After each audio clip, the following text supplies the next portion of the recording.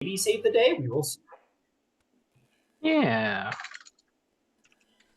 All right, let me get my screen share going. Sorry, Spotify, you lose. Oh, look, here we are. And there's Red. He's in a crevasse. A crevasse. He is in a crevasse. He's being bullied, is what he's being. There's an Aboleth bullying him. Aboleths Like, are no. not great. Can we agree on that? Nobody likes the Aboleths. They're not super. Like, Not like the best. at my birthday party, I'm not inviting any Aboleths. Is everybody okay? Not even the one you saved? No. Okay, let's get to it. Recap time. Welcome to the ruins of Silar, the ultimate place to lose your mind. Get a coupon and get abused by an Aboleth. You find yourselves well and deep beneath the docks of Amon, a couple miles under the ground, perhaps, and beneath sea level to be certain. Thanks to some water breathing and some enchantments that you received from some creepy witches that you saved, or not saved, but helped out.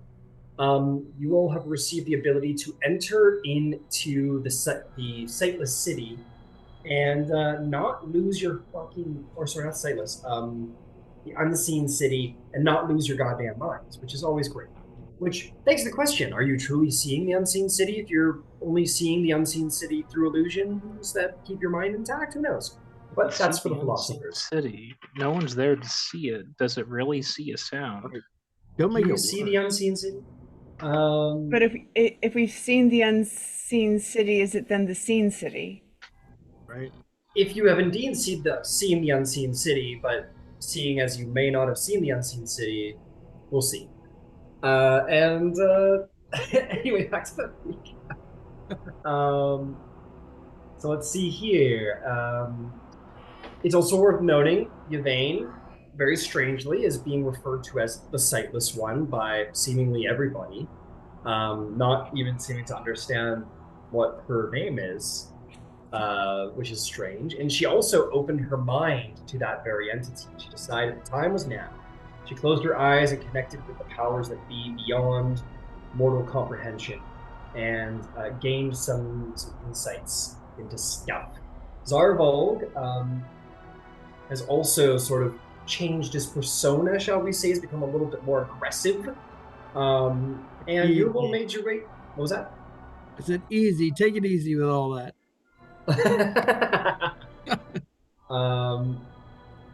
Yeah, and very quickly, your researcher you were meant to escort is now very scared of all of you. Well, mostly Zarvolg. But yes, you have made it into Silar. Most importantly, as you sent Red out to go out and see the unseen city. He was sort of chased by an Aboleth. He hid himself within a crevasse and communed with it, and the Aboleth gloated they are destroying the emerald pillars that hold up the sky. You have recently, just yesterday, received a vision from an Aboleth of the fall of the Maw. And perhaps that psionic vision prophesizes what is happening right here in front of you now. There's debate amongst the party if you should go and save the day, or if you should flee and find greater allies to take care of it instead. But one thing is certain, things are happening down here in the ruins of Silar, things that are not very good for anyone who likes to breathe air. And that is where we will pick up the session today. So you have all sort of found yourselves just beyond the doors, just beyond the precipices, or sorry, the threshold that defines the difference between the Crystal Fen Caverns and the ruins of Silar. So you're just in there to be able to make contact with Red. Ember sort of left off the conversation by saying it's down like Donkey Kong or something like that. Or it's on like Donkey Kong, excuse me. So that is where we will pick up. The ruins of Silar and all of its seismic activity is yours. What would you like to do, Aurora Concordant?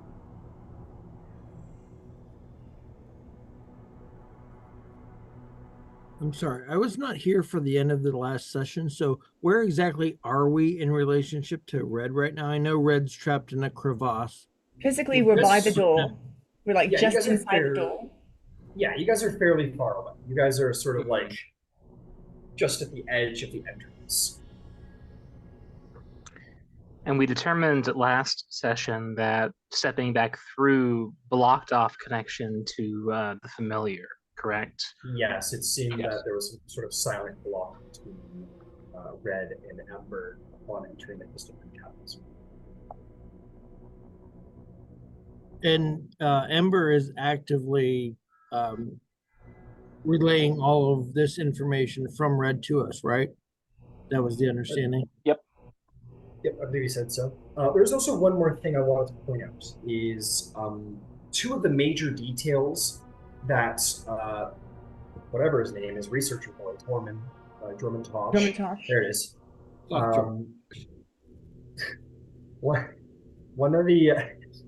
One of the major details that he passed along from the journals of Von Ethros was that when she entered into the unseen city, the two most remarkable sort of physical features, landmarks, were great emerald pillars and a disk of moonlight that seemed to encase the city in a milky white light.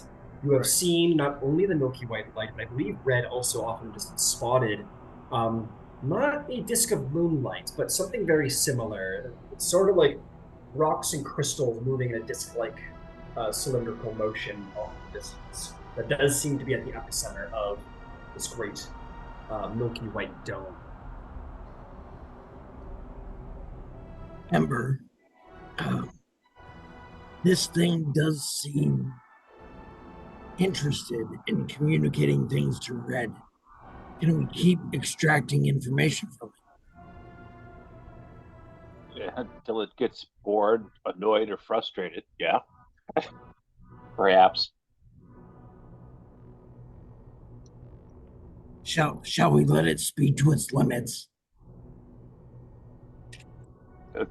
Assuming that nothing else goes horribly wrong. But we need to find a way to let the people topside know right now. Because I don't know how many of these pillar things are left. But let me try to consider leaving. That's a distinct possibility. I'm thinking a city half full of Aboleth is just out of our performance scope. And by just, I mean a mother may I and then jump off the cliff. All right, so then why don't we get back to solid ground and pass the message there? If you want to do that, go ahead. I can't communicate with Red on the other side of that door. I'm not leaving you. Well, figure out how you want to communicate and just step across to the other side. We can breathe underwater here temporarily. I will say this. If this happens to be the exact time that we needed to be down here to see the city of Iman collapse, I'm going to find one of the people in this party at least very suspicious. All right, let's deal with all of that later. Is he talking about me? Can we just focus? What? Well, it wasn't me.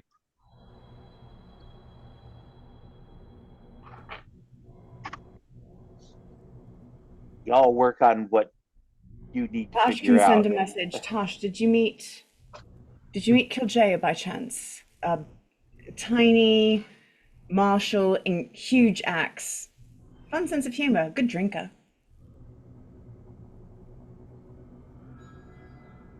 Who are you talking to?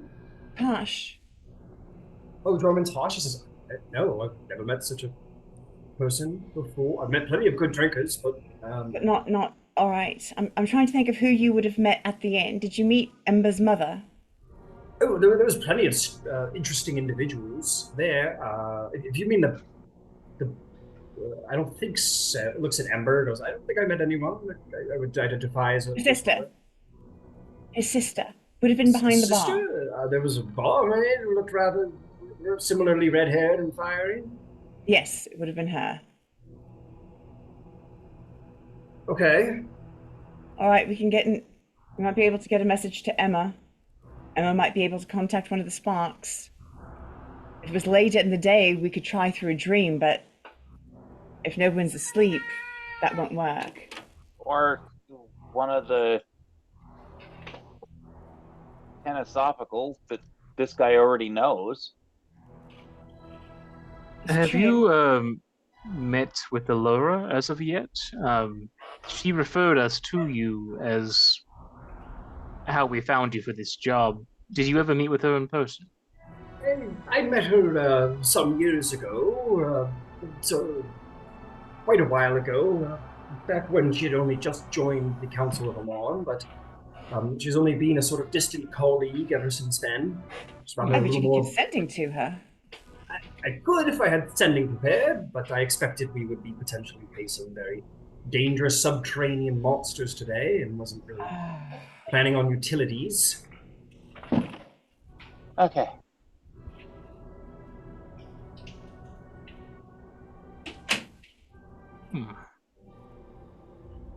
Karzy says, I hope I'm not missing a beat in the conversation, maybe pointing out the obvious, but is there not an argument that bringing more people into here is bringing them at terrible risk? I mean, we're only able to be here because of this enchantment that's been placed on us, and if more people just start popping up, they might go a little bonkers. That is a concern, yes. It seems to be that for the moment, we are both the only ones equipped to handle the situation and the only ones capable of surveying it, given our current lack of communication with above. Let me see what additional information I can get. You know, they may be willing to brag. They seemed pretty proud of the, we collapsed the pillar. Ask them. I saw several on my way here. How many more are there? Try to get an idea of scope and timing. Give them a lot of kudos and oohs and ahs, and maybe we'll find out the how. Maybe we can put a kink in the how.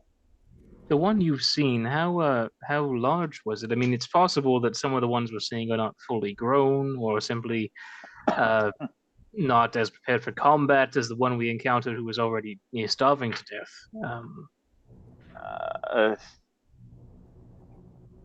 I haven't made an in-depth study of these things.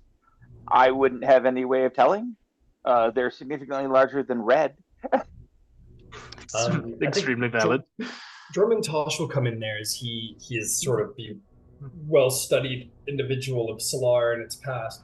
Says, well, I've done a rather in-depth study into Aboleths myself, if I might put forth, other than the immense exhaustion and damage that the one that we met underwent. That was an adult-sized Aboleth. I expect that we wouldn't find one of greater size down here unless there's some strange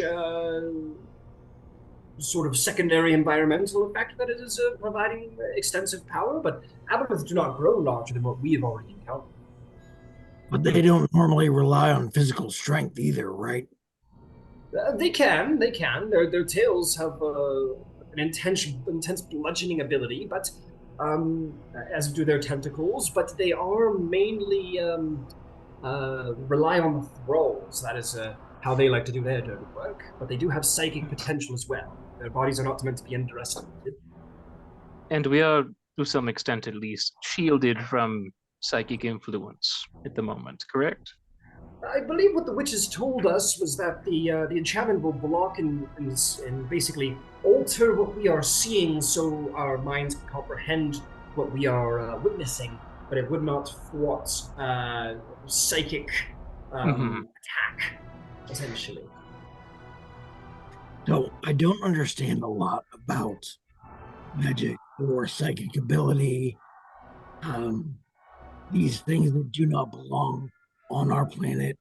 But the one thing that I do understand is the difference between scouting and waging war.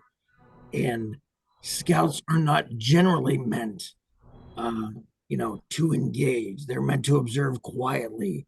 Um, I would suggest that that was our mission up to this point.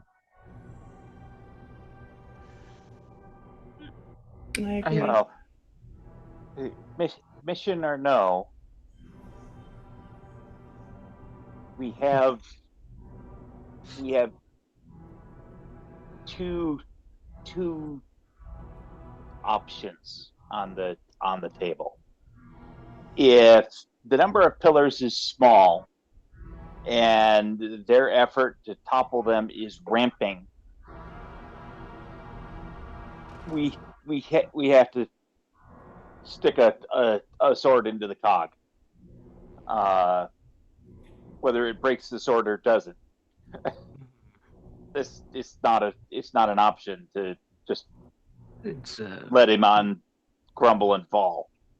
I agree. It's no longer a question of the parameters of contract. It's a question of obligation. And the flip side is if there are a large number of pillars and it's significant effort for them to topple them, we have the potential to bring more appropriate forces to bear. But at minimum, we should let them know, and let them know now by whatever methods we might have available. I could let Singo know, but they're not exactly in much a position, I imagine, to provide immediate assistance. I'm not talking about assistance to us. We need to get information into ideally Allura's hands or the council at large. If Singhorn can get a message to them via sending, via speedy courier, via whatever near rapid method. That is what I'm thinking as well. On the other end of the mirror, the lady that I spoke to was Oestra, the keeper of memory there. If she does not have the capability, I'm sure she knows someone that can, given that she's at the upper echelons of the city structure. I could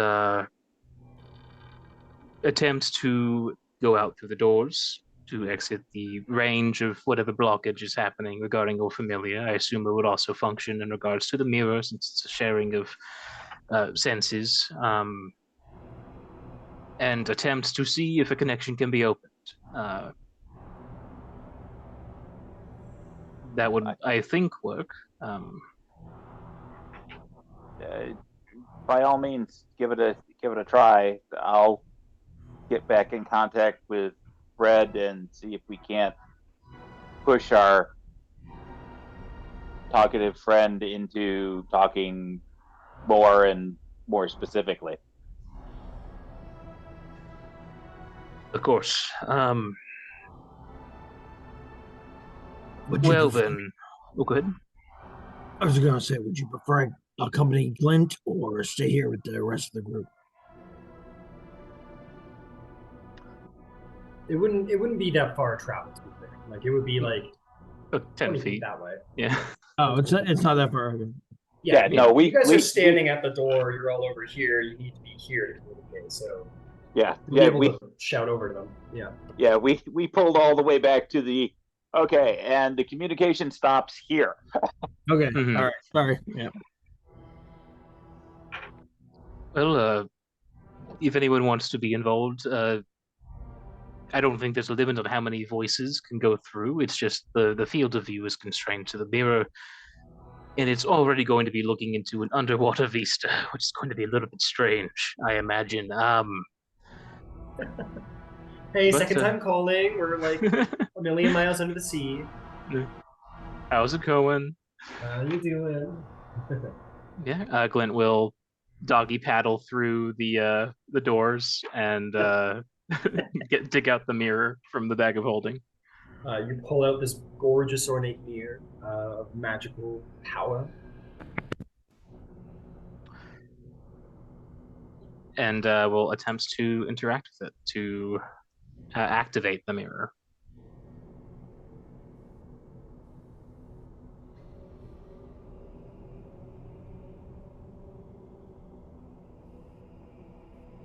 You activate the mirror. The mirror sort of shimmers into the imagery of her study. The window is visible. There is a bookshelf or two visible, but it's definitely like off the shelf now. It's definitely like probably like propped up on her desk. You get the sense that now she knows who's on the other side and that they're agreeable. She wants to be able to see it if it is active, but it's not pointing at anything. It's sort of pointing at like a professional background for all intents and purposes.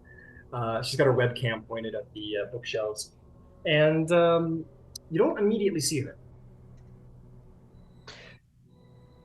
Hello.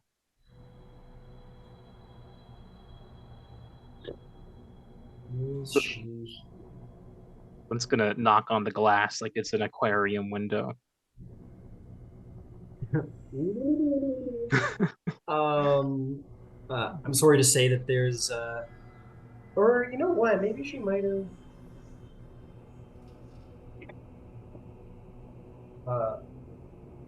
I've rolled the dice like 3 times. There's nobody. I'm sorry. No, that's okay. So follow-up question. So the mirror stays open, I believe, for about 10 minutes. It can be activated through either side, correct? Yeah.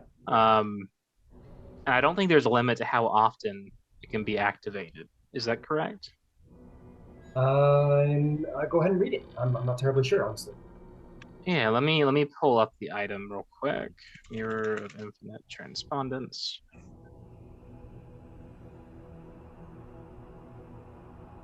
Okay. Yeah, I don't see any note of. Wait, no. Once it's been activated 3 times from either end, it can't be activated until the next dawn. Okay. So what I would like for Glint to do, if possible, would be to etch out some kind of message. And basically just tape it against the mirror so that if she happens to check in, she'll see kind of that little like 1-page report just kind of taped to the mirror front, almost like an out to lunch sign. But we're currently under Ramon. There are things, Aboleths that are weakening the columns of the city deep below. We found the unseeable city. Basically just a very terse, if somewhat rambling, Cliff's notes of what's currently transpiring. I gotta ask, how are you writing this message down underwater? Yeah. Is there a rock nearby? There certainly is a rock. At least you think it's a rock. Yeah, I hope it's a rock. It seems like a rock. Glint will grab it and make sure it's a rock first. That be a rock, to the best of your knowledge. Okay. I'm gonna use my jeweler's tools, provided that the party's fine with waiting, and just etch it into the rock. So we'll say that takes about like 5 to 10 minutes of just like etching away. I will say, yeah, jewelers, they're pretty much meant to do this. They're pretty much meant for like miniature chiseling. So yeah, I'll say I'm not gonna make you roll a check. I don't think. You chisel. It might be harder because I'm gonna have to mirror it, I assume. Yeah. Oh shit! You got to mirror it, and you're trying to chisel it underwater. So yeah. Why don't we go ahead? Make me I'll call this like a proficient intelligence check. Okay. To try and write a message backwards. And chisel it. So if you make a mistake, you're boned. Yeah. It's not bad. That's a 17 total. A 17. It takes probably the full 10 minutes, and maybe like there's like a letter or two that you forget to put Hmm. the right way, like an E, and you're like, okay, she'll get it, whatever. And you are able to you chisel um, a message into a rock, which is essentially like we're in the unseeable city.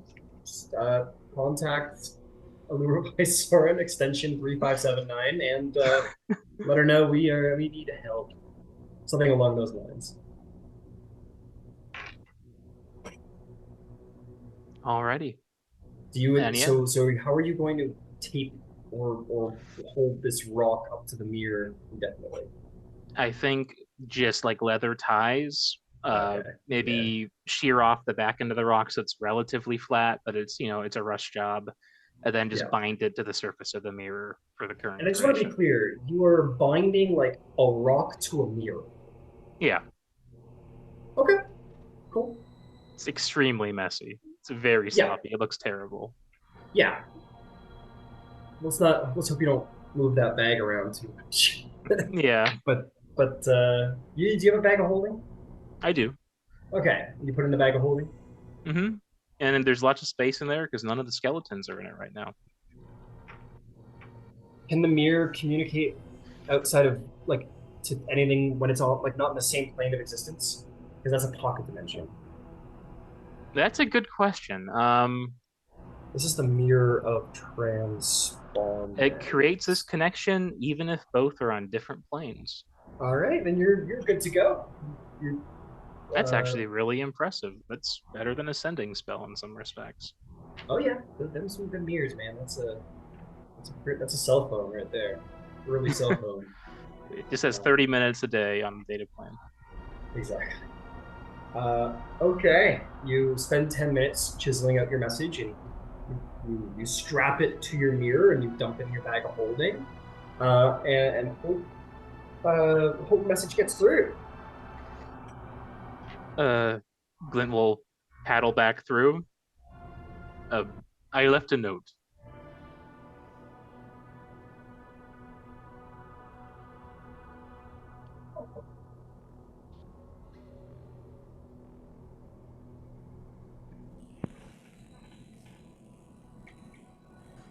Hopefully, she'll check in at some point. I had no luck contacting her directly. Um, Sadly, that is the only long distance communication I have a shot at. The only other communication we have requires someone to be asleep. Hmm. Well, I do have something else, uh, but I don't know if anybody's listening to the other end or has picked it up. I left a sending stone with my mother, and I have the opposite half of that. The intent was to put that into Nero's hands, and in exchange, have him put the sending stone to the Brawlers League gentleman into Emma's hands, so we could facilitate that, and he would still have a communication tether. Hmm. Um, So one for Brawlers League guy, one for Nero, right? And they were both yep, with your mother. Okay, yep. cool. And the intent was for Hero to drop off that one, pick up the new one.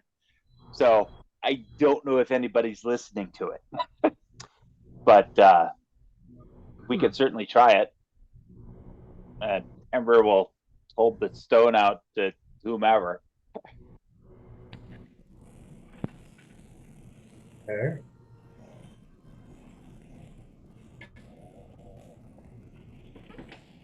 Okay. But again, Uh, that's probably a cross the barrier and try it sort of thing. I'm happy to give it a shot if you like. Um, By all means,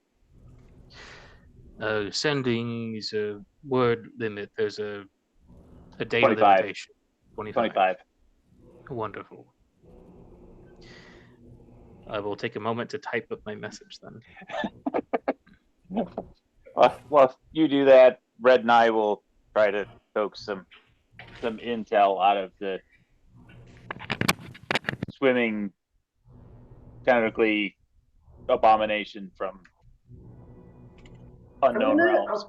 I'm gonna put something out there that you guys will have figured out after this. It's been about 10 minutes. It's going into about 5 minutes as Glint is like carving a message out onto another rock. So after about 15 minutes, you guys are gonna start to realize something. The lack of being able to like magically communicate isn't the only thing past this barrier. You begin to realize that there is constant seismic activity happening in Silar. Obviously, as they said, they're trying to bring down the pillars, and there's constantly like things moving. Maybe off in the distance, like in this duration, you see like large boulders of green fall down, and there's a constant notion of pretty much constant notion of seismic activity over the course of these 10-15 minutes. When you are past the threshold where you are able to communicate with the surface, there is no seismic activity whatsoever. It just, the whole trace of like moving seismic earth activity happening in Silar ceases as you pass that threshold. And I think after 10 minutes, there's no real check required. A passive investigation will tell you as the time has gone on. Wait, so inside the barrier, there is seismic activity, Yes. but outside where Glint just went to send the message, there's none. Yes. It's not only dampening magic communication, but it's also dampening like seismic activity. So they're almost trying to conceal the work they're doing until everything collapses. Not trying. Succeeding in that.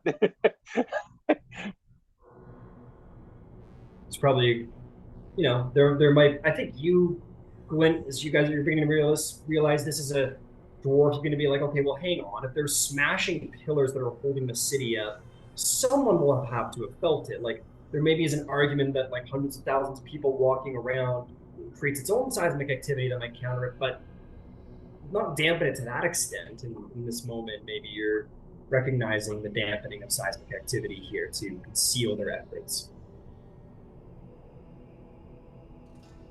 Interesting.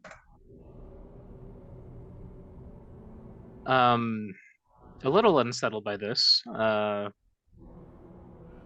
Glint will finish hemming and hawing and will show up the message for review to the triumvirate. So currently this is 25 words. Underneath the Mon, found Silar, contact Aurora or person in charge. Aboleths are here, weakening columns to collapse them on. Grave danger, move quickly. From Aurora Concordant. That's succinct as we can make it. And Glint will take out the cell stone, flip it open, and dial it in and send in that sending. All right, hit me with it one more time. Underneath Amon, found Silar. Contact Aurora or person in charge. Aboleths are here, weakening columns to collapse Amon. Grave danger, move quickly. From Aurora Concordant. You get back the voice of Emma Van Zyl. Collapse Amon? What's an Aboleth? Wait, Allura, I know Allura. I know that name, Allura. Who's Allura? She was here the other night. Oh no! And basically just like a desperate panic from Ember's mother. And that's pretty much what you get. Well, it was worth a shot. Well, she might contact She's in the tavern, and the sparks hang out around there. There's a decent chance she could tell somebody there, and maybe they might be able to pass it along. But your mother receives the message. Ember, seeing you in combat and all of your ingenuity and grave ability to burn things alive. I have no doubt that your mother is more than capable of saving the day here.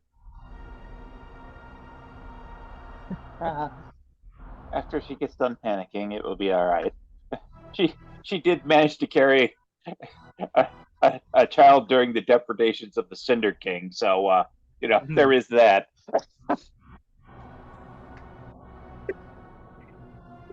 I can't help but I'm failing to banish the mental image of like the rousing spark on fire and her running around in circles as her fire genasi magic's going off because she's panicking. She's like, "Oh God, everything's off."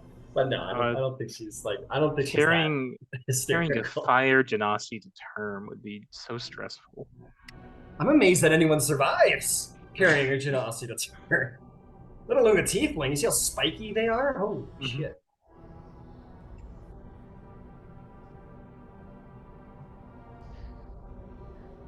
Whew. Okay. Ryan. Yes. Can I tell at all whether the like which is the reality? Like I understand that we're not going mad, but like is this still is there a possibility that this is an illusion?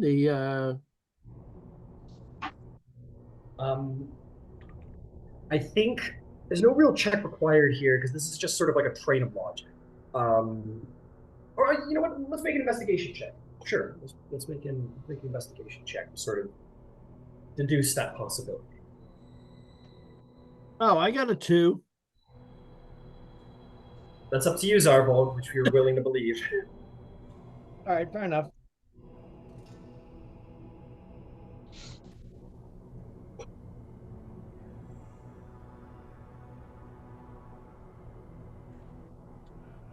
I don't like low checks to force you to believe something. I just kind of like to leave them in your hands at that point.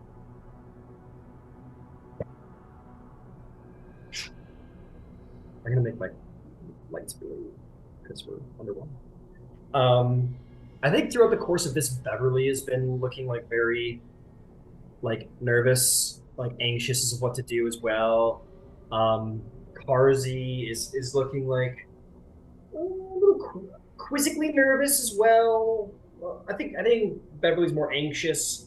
Karzy's a little nervous. There's definitely like a moral battle going on here for your NPCs. Minus Tosh, who is of the same mind as Zarvolg, which is like, I came on an archaeological expedition. I have done that and found Silar. I am good. I am good. I do not need to go fight armies of Aboleth. It's kind of, he's pretty like looking around at all of you with like a sort of like quiet, can we go?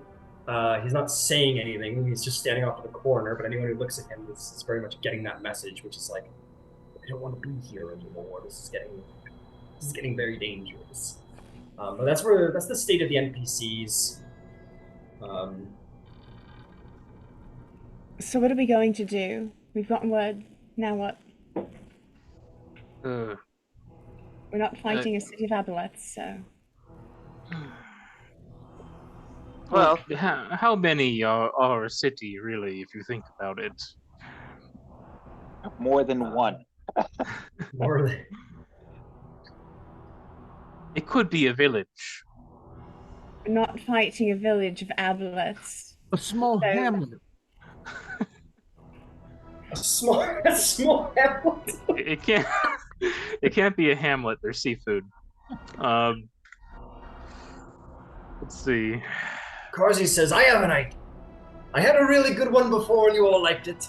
And I was thinking now might not be the time for one of my ideas. Perhaps now is precisely the time for one of my miraculous ideas. So here we go. You tell me if it's foolish or not. I'm new to this. You're all veteran. Here I go. So, you don't want to fight Aboleth. That's fair. I don't think anyone wants to fight a city or a small hamlet of Aboleth. That all just doesn't sound quite right. So, what if we did the old bait and switch, you know? So, a big distraction to lure the Aboleth away, and then you can, and then Zarvolg with your sneakiness can sneak in over to the disc thing, and then maybe that's the key, and you smash it, or get to the bottom of everything, But a big distraction. I can make big distractions. I volunteer.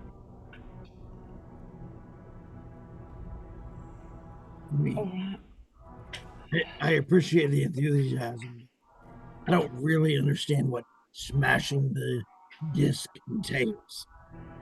Well, I don't either. I'm not really an arcanist, but if we're so worried about a moon collapsing, is it not at least worth a little extra scouting to be sure we're not, leaving at a pinnacle moment?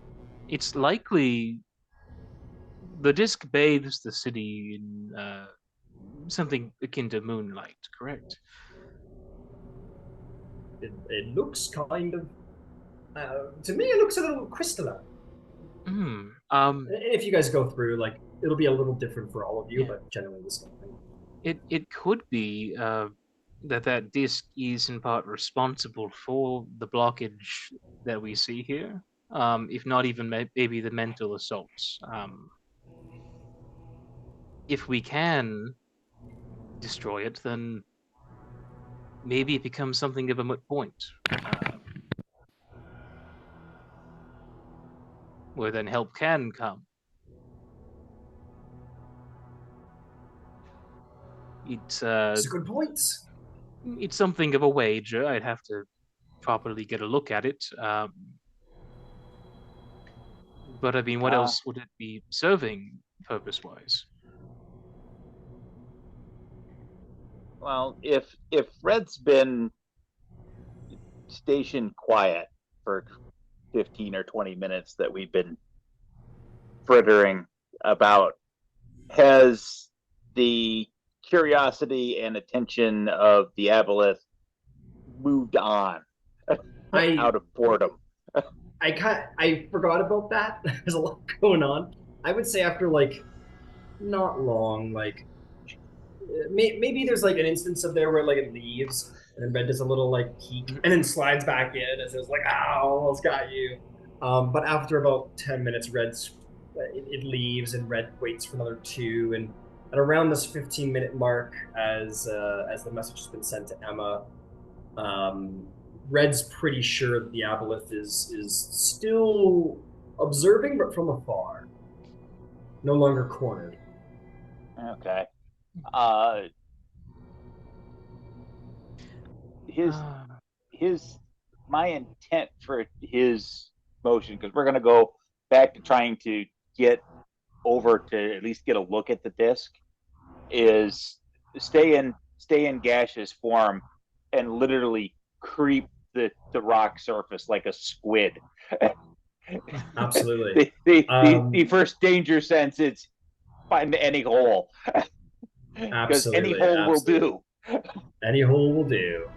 Go ahead and make me a stealth check for Red.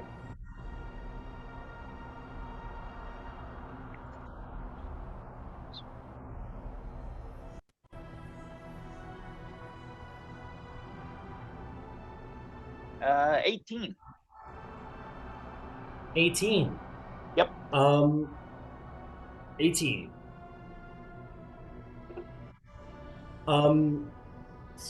Sort of dips, goes low, and begins to skim the surface of these like underwater water pool kind of things, trying to generally stay out of the potential line of sight of Aboleth. You would note that he's getting around many, but the one that was sort of watching him is kind of continuing to follow in its path. You get the sense, it gets the sense that like, though he's keeping away from most so they don't sense him, the one that was interested with him by most part is still aware of his presence. It's just kind of observing and following from afar now to see what it will do. So you get the sense that the stealth check was not entirely successful.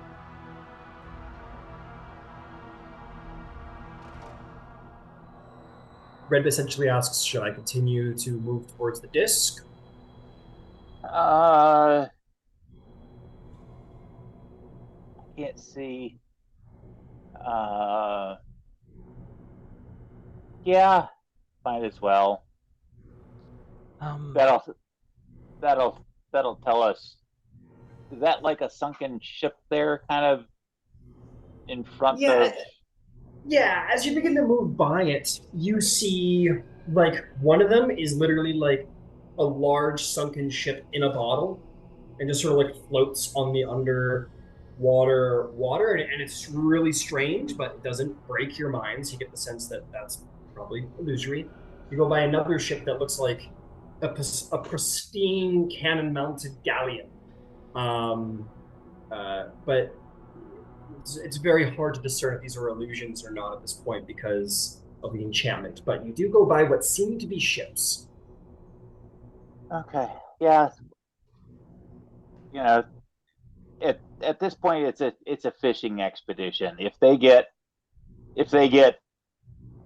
antsy about approaching the disc at all, uh, their behavior is going to change, and that will tell us what we need to know. Hmm. So as Red gets closer, um, and this Aboleth just is sort of following as like is like making ground on Red, like very slowly, like 5 feet at a time per round. So it's just like drifting slightly closer. Um, but you will see like off in the distance, well, Red will see off in the distance, or has blind sight actually, doesn't have like Yeah, distance 60 sight. feet worth of blind sight. Okay, so you're not seeing much through Red. You're seeing pretty much the immediate moment, and you're feeling that seismic activity. Um, so Red's moving generally towards where they, whatever, believe the disc is. And as they get to about here, discerning like underwater, like cherry blossom trees and like bats just swimming, which none of it makes any sense. At a certain point, a number of aboleths sort of rise up around the, I would say like one other one, not three, but another one sort of rises up. The two aboleths sort of get to swim closer to one another for a moment, and then they dive at Red as Red sort of draws near that rocky precipice. Yeah, it just full out bust for the rock, looking for a spot to dive into. And make me let's call it like a low investigation or perception check to find a place to hide. Hmm.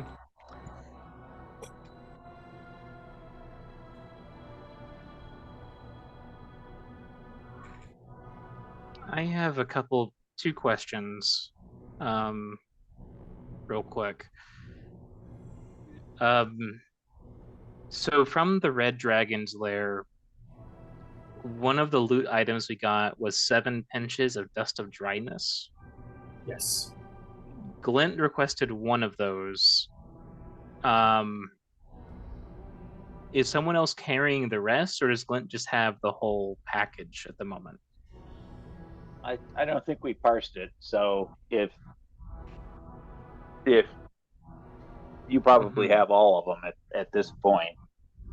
Okay. Secondly, so we're underwater, but there are still buildings and structures here, correct? Yes. Yes. Very strange ones, but yes. And the moon disk is in a tower of some kind. It sits. Well, Red can't. At this point, Red can't really see because we're on a 60-foot Mhm. blind sight. So unless Red gets like right up on it, Red's not gonna be able to learn anything Okay. extra. I thought it was like distantly visible as like the Eye of Sauron thing from where we were at. It was Um, distantly visible when you guys mhm. personally made travel, but having fallen back, you can't see it anymore. It did have like an I am Sauron sort of vibe to it for a minute there, but you guys have fallen back a little too far. Yeah. I don't need like exact details, but like if it was on a structure of some kind. Um, Uh, I'll take you back to where you first saw it. That's the best I mhm. can do. So you guys kind of hid in that little alcove over there, I believe. Yeah, it was like this. So you kind of saw it like that, like sort of over. You're kind of able to like half discern it off in the distance. Okay, so is it like in that sort of factory smokestack looking pillar structure, or is it? It's just beyond that smokestack looking piece. There looks like a mesa or a plateau okay behind it, and behind Oh that yeah, is the ring looking. is the annulus.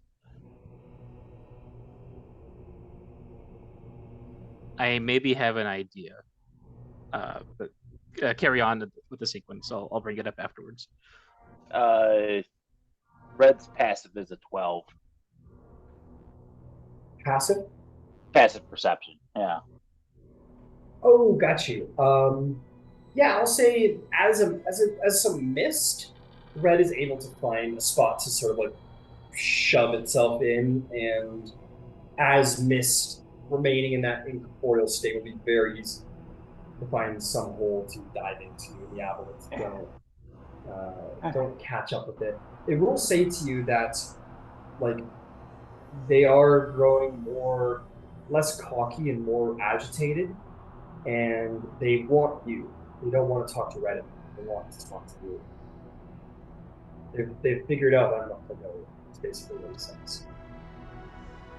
Okay. I'm not opposed to what Karzy suggested. Maybe a little bait and switch. If they're interested in Red and Ember, we can use that as a distraction, and I can try and swim to the disc. I think I have a means of dealing with the disc when we get there. So the big part is just getting there. Well, I'll go make a distraction because two of them are interested in Red, and I get the distinct impression they are more interested in whoever is at the controls as opposed to the ROV.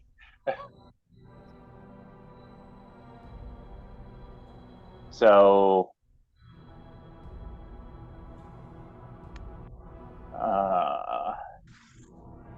I'm just trying to figure out well, let's do two things actually while I'm thinking about it.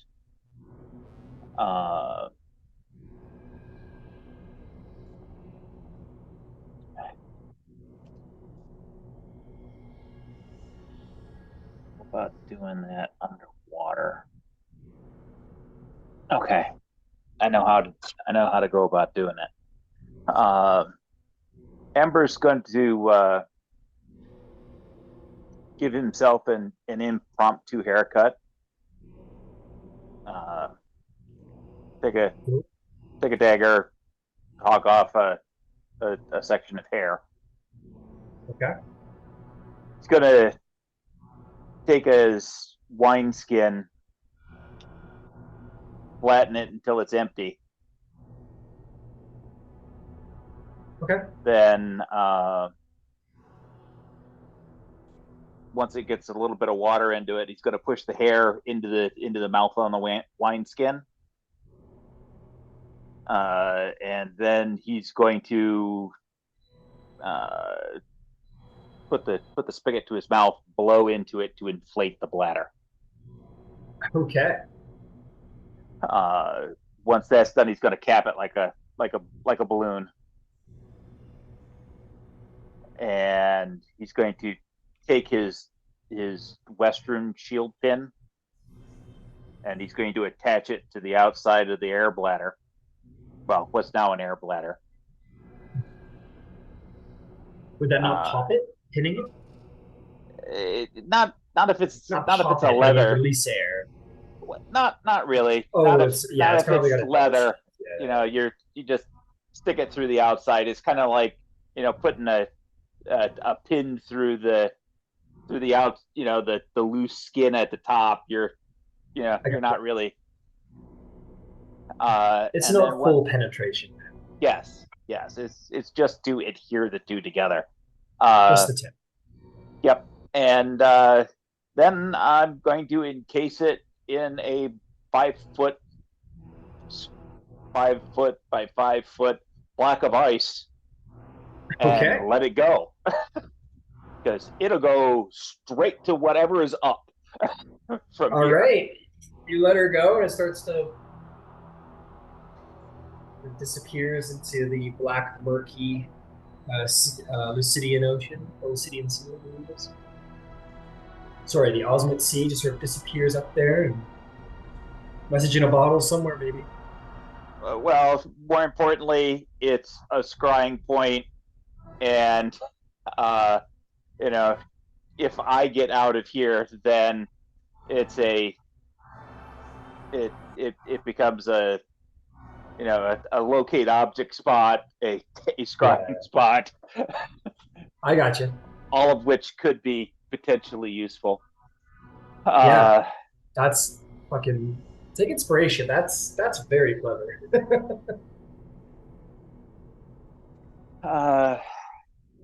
Okay, so I'm on distraction duty.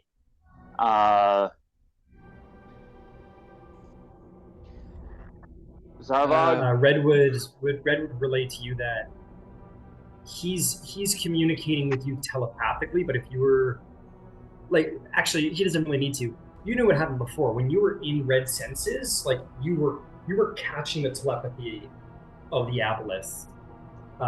So if you were to do that again, you could enter into direct contact with the Aboleth through red. Okay. If you wanted to, but just letting you know about that seems fair. Assuming that they're going to want to track back, I don't want to do it here at the door because fair enough. that's our way out. Fair enough. Zarvolg, what path do you need to have them not in? Because that's a pretty long haul. Yeah, I mean, I guess they're probably going to be most responsive to whatever the most important looking thing is that's in the opposite direction that I need to swim from here to there.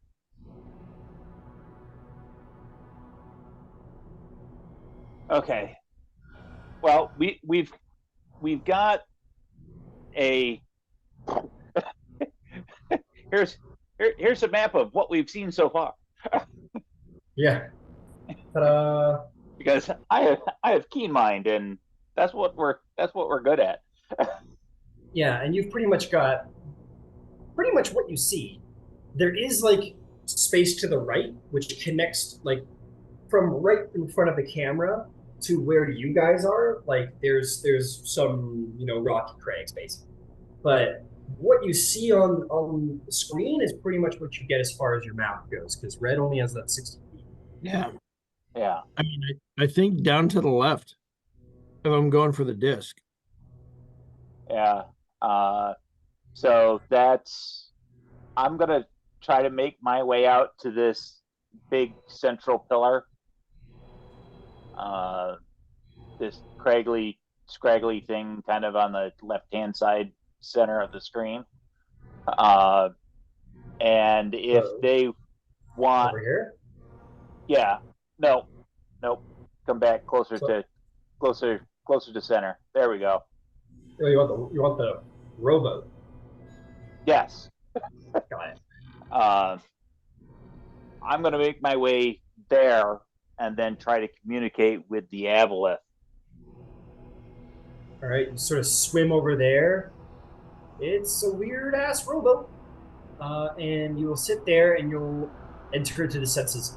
You also see like a cool stairwell, which is weird, but whatever. What are the rest of you guys doing? You guys are just holding fast a doorway? I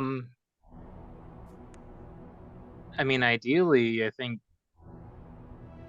if Zarvolg is fine with it, Glint would want to try and paddle forward because we do need to get towards the disc, I believe. Yeah. Yeah. All right. So Beverly definitely has a look of like, I want to go, but she knows that she's also level 2 and in heavy armor, and like, we'll fight the temptation. But Karzy will say, I will be more than happy to go with you. You could use someone to watch your back, I think. Right. Yvaine was going to go with Ember. Okay, maybe we'll go with Ember. I'm gonna leave Fen with Yvaine.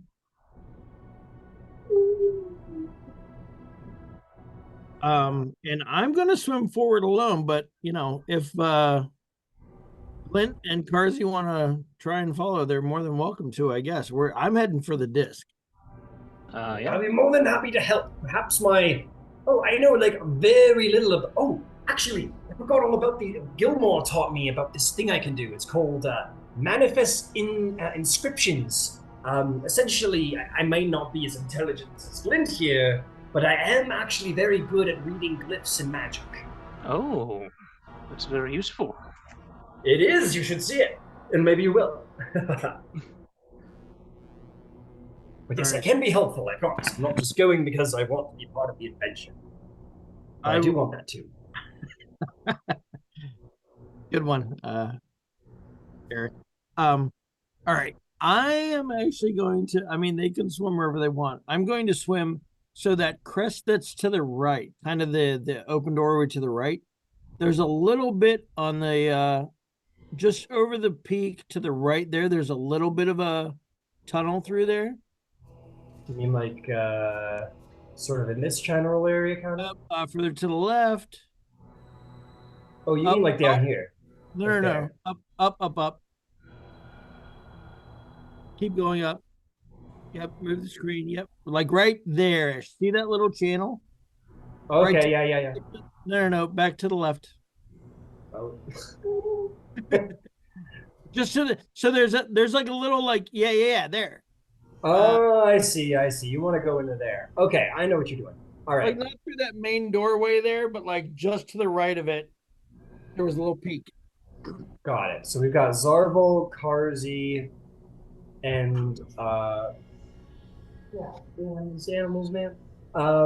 And the dwarf Glint will be going with as well. Jorman is like, you don't want to be alone. I'll go with you all, I suppose. More arcanists, the better, I suppose, with these magic things. But he looks very uncomfortable about the whole sitch. I think Finch should... What do you guys want? Or Finch can hear us. Finch, it is me, the DM. Is there anything you would like to do? Let's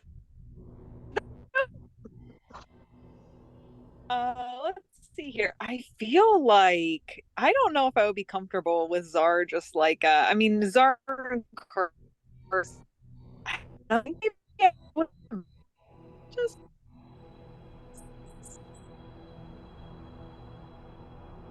we can't really hear you there. You're breaking up pretty damn hard. I think that's. I heard you're uncomfortable with Zarvolg going alone, so I will take that as a you want to go with Zarvolg. Can you confirm? correct. Yeah, all right, man, we're doing it. Beverly's like, woohoo, we're gonna go save the day. And Beverly will go with. So we've got. Karzy goes, all right, we've got Team No Milk, and then we've got Team Diplomacy. I'm so excited. And with that, our two groups are discerned. He goes, or should we say No Loop?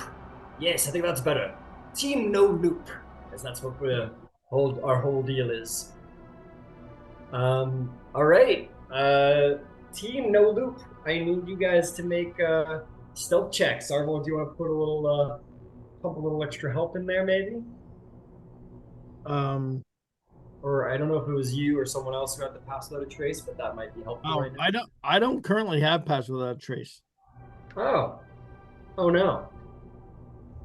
All right, let's do some stealth checks. See how she works out. All right. God, you have the least stealthy people with you. Me and my 4 skeletons that are all on half plate. Oh yeah, all of your skellies that are sort of drifting behind you. Oh my god. Actually, it might almost be worthwhile to leave them right at the door as folks to just hold it against an immediate rush to leave. true. I'll leave the skeletons at the door. The I skeletons don't look want to. sad. I miss them dearly, my precious children. They're frowning. It's just so They're many frowning. disadvantaged stealth rolls. They have been rehabilitated under your care, and they think of you like a father. Glint just gives him a little salute as he drifts slowly back through the water. They all stand on their desks and say, "Oh, Captain, my Captain." Anyway, let's make some stealth checks. All right. 20. All right.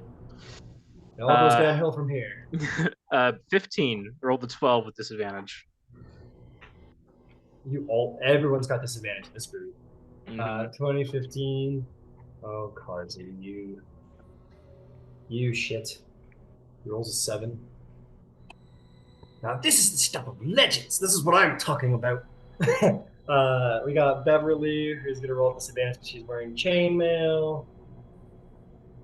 Oh fuck! But she rolls a natural 18. Nice. Modified 20. Beverly is Beverly on par doing with it. Zarvolg. Beverly's like, this is my moment. And do you want to run Finch, Yvaine? Or I don't know if Finch is able to. Oh, Finch already rolled. They got a 9. Oh, great. Never mind. A 9. So we've got 2 20s, a 15, a 7, and a 9. Am I missing anyone? Oh, I'm missing Jorman. Jorman rolls a 4. Of course he does, motherfucker.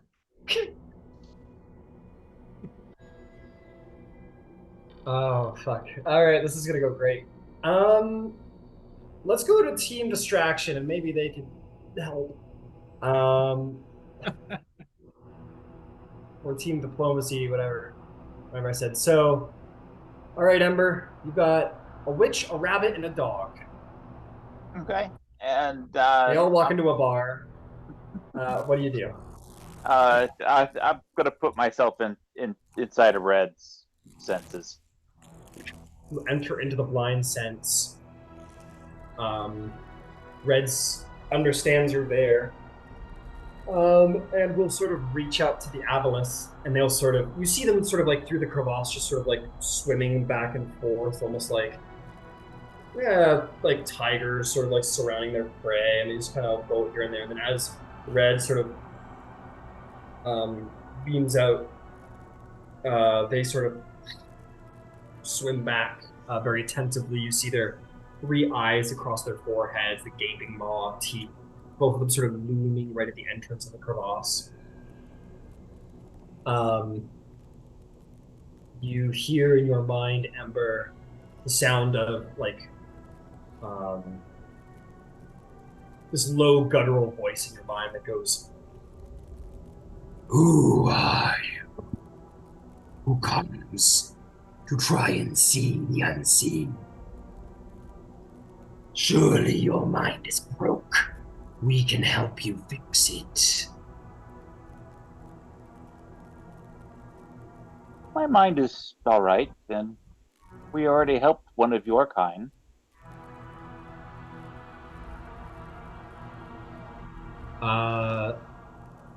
I want you to make me a wisdom saving throw. Okay. 19? 19?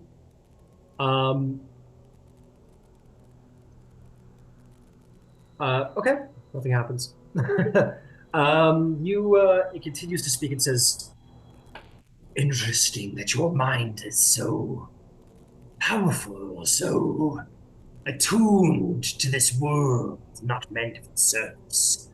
What are you?" And in Primordial, specifically Aquin, Right. I will reply, I take care of the water. We have noticed your disturbance. We felt the need to investigate. Make a Decept.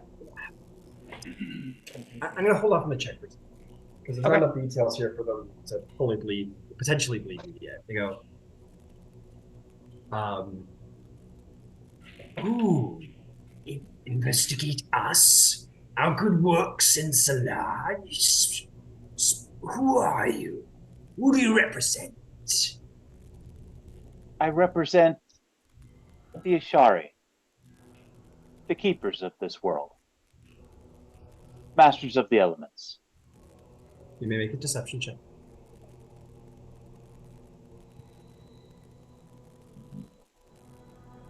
21. 21. Ashari. Masters of the elements.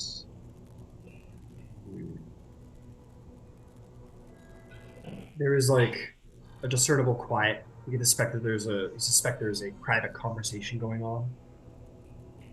I'm gonna bounce back very quickly.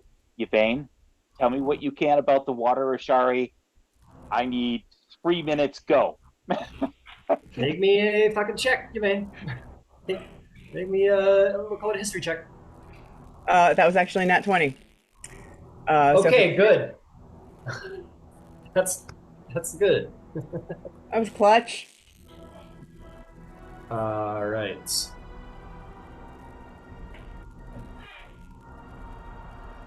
Information on the way.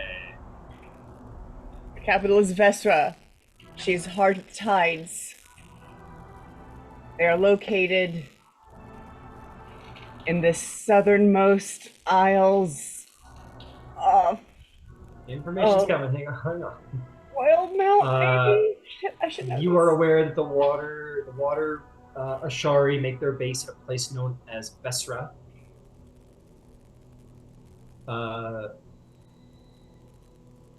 It's apparently really fucking cool, according to the image. Vesra is the home of the water Ashari. It was located at the portal, the most powerful portal of elemental water. You're aware that like a kraken was slain there by the apparently during the Arvente of the Voice of the Tempest. It is amongst the Anam Islands in the Osmit Sea. It is surrounded by sharp reefs as a natural protection. The architecture of it is gorgeous. It is between 3 islands, partially submerged, inhabited in the shallow waters. They rely on stones for safety. Their leader is they pray to Sekhanim. Their leader is a really old little bitty called Venda, the Heart of the Tides. She's a gnome, and she's barely fucking alive probably at this point. I would say that's like what you recall as like a quick 30-second snap. That's right, they worship the Moonweaver.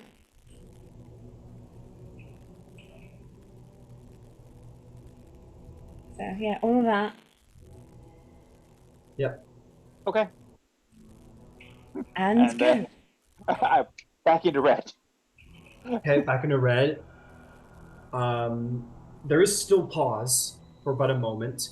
There's only one Aboleth now. You expect the other one to swam away for some reason. But one quickly returns and says, I expect you are of the surface world, Ashari. No. Well, in part. The heart of the tides is at home in the sea. We have not heard of such things. You are requested to meet with the Master. Durham of the Emerald Eyes requests your presence. If you indulge us, we will not enslave your mind. We would simply, he would simply ask to meet with you. He is curious of your surface dweller culture. I am more than willing to let my proxy travel with you if that is your desire. No. We would seek you. Of You. course you would. You can understand my reluctance to put myself at more jeopardy than absolutely necessary. You already are, Jeopardy Fish. Even now we comb Silar for you and yours. We will find you, and we will bring you forth against your will. Or you can come willingly, and we may witness to what you are. Oh, bother.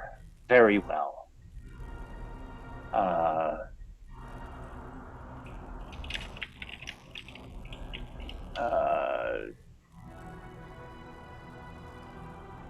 I just want to read something quick like a bunny. Sure.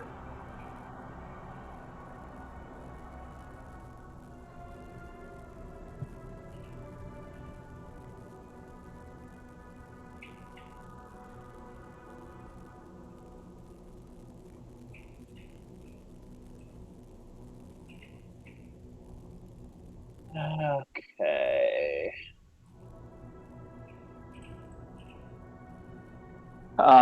I can make a 5 foot.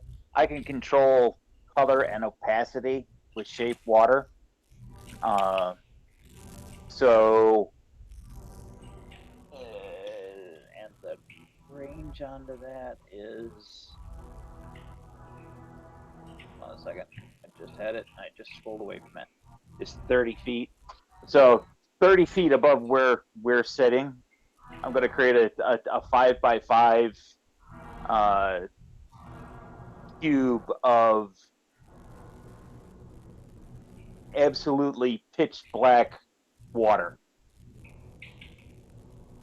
All right. And I will tell them,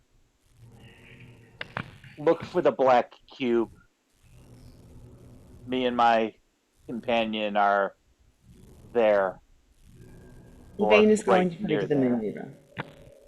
At least quickly. Yvaine's gonna what? Pray to the Moonweaver. Oh, praise the Moonweaver. Cool. Like, just a quick prayer because, you know, shit's going down. And I will take an opportunity to just speak out loud. We're about to have an audience with Keep Sucker in charge because they were starting to fan out and look. So they're coming here, which is not where Zarvolg and team are. So yeah, if you don't want to go, I don't necessarily blame you. I'm not leaving you. Okay. It is fortunate that you say that because as you two look up about midway through conversation, you see swirling above you and accumulating more and more. You see very quickly arriving 3 Aboleth, 4 Aboleth, 5, 6, 7, 8 Aboleth, circling above you like vultures to a feast. They begin to swirl up and around above you. And I will make a useless gesture above my head and let the black water become opaque in its normal color, and then I will freeze it solid. All right, you do so. As they sort of swirl up above and around you, I need you two and I need Fen to roll a series of wisdom saving throws. Okay. As they complete. Roll until I tell you. Okay. Well, we'll start with 2. We'll start with each of you rolling 1. I'll let you know when we'll see stat. Or actually, hold up.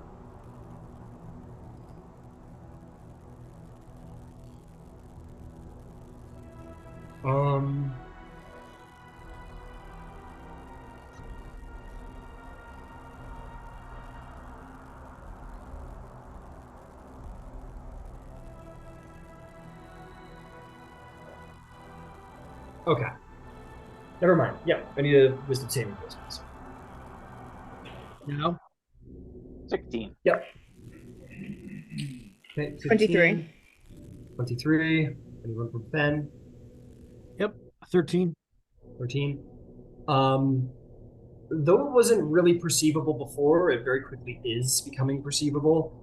You feel a psychic torrent from these creatures descending upon all of you in your minds, and you feel yourself sort of like reeling from this onslaught of psychic invasion.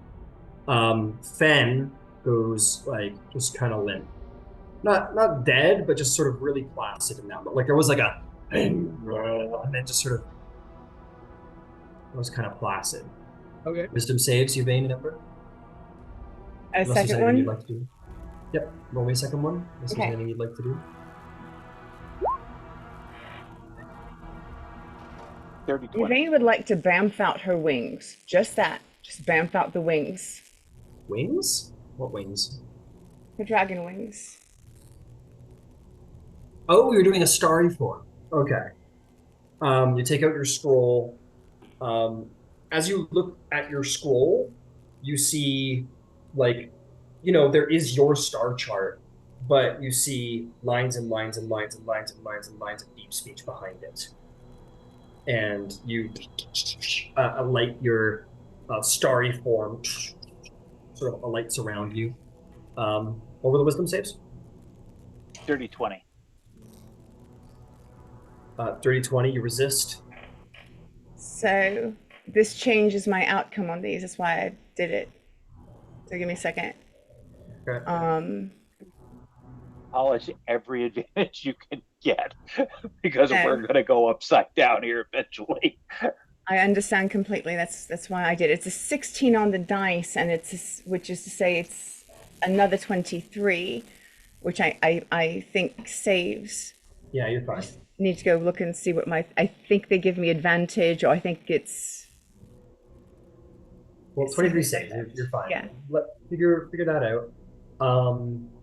But yeah, Fen's blasted. You guys feel these like psychic attacks coming. Your minds are holding out by the torrent. I'll tell you what. We'll just get it all out of the way instead of playing around here. So that was 1, 2, down 2, so it's 4. So I need 1. And then you guys have already just done 2 rounds of it, so that's so about 1 that hit Ben, so 6, 9. I need 4 more wisdom saving throws from each of you. Would this be like some kind of like charm or other This effect? would be a charm. So actually, I think Yvaine, you would have advantage on this to begin with, being a half elf. Including Fen, or is he done? No, Fen's done. He failed. He's all great. Okay. Then.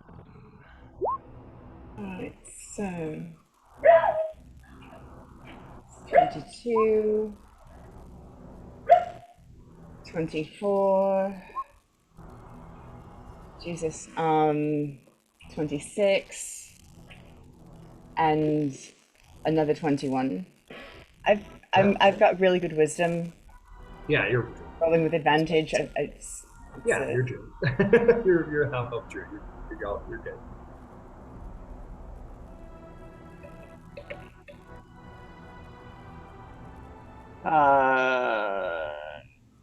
Let's see.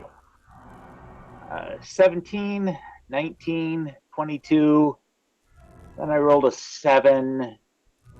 I burned my inspiration and bumped it to a 9. Okay. I need 1 more from you, Yvaine. We had an odd number. I want to see what happens. 20. 20.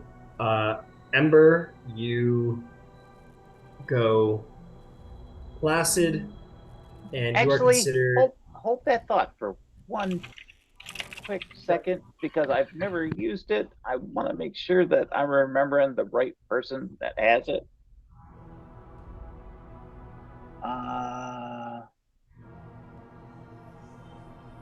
Racial class. Yeah. How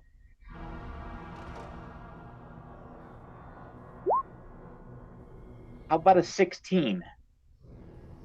As you two just barely managed to coast out of the psychic torrent. But Thank indeed, God for you favored by guys, the gods. hey, there it is.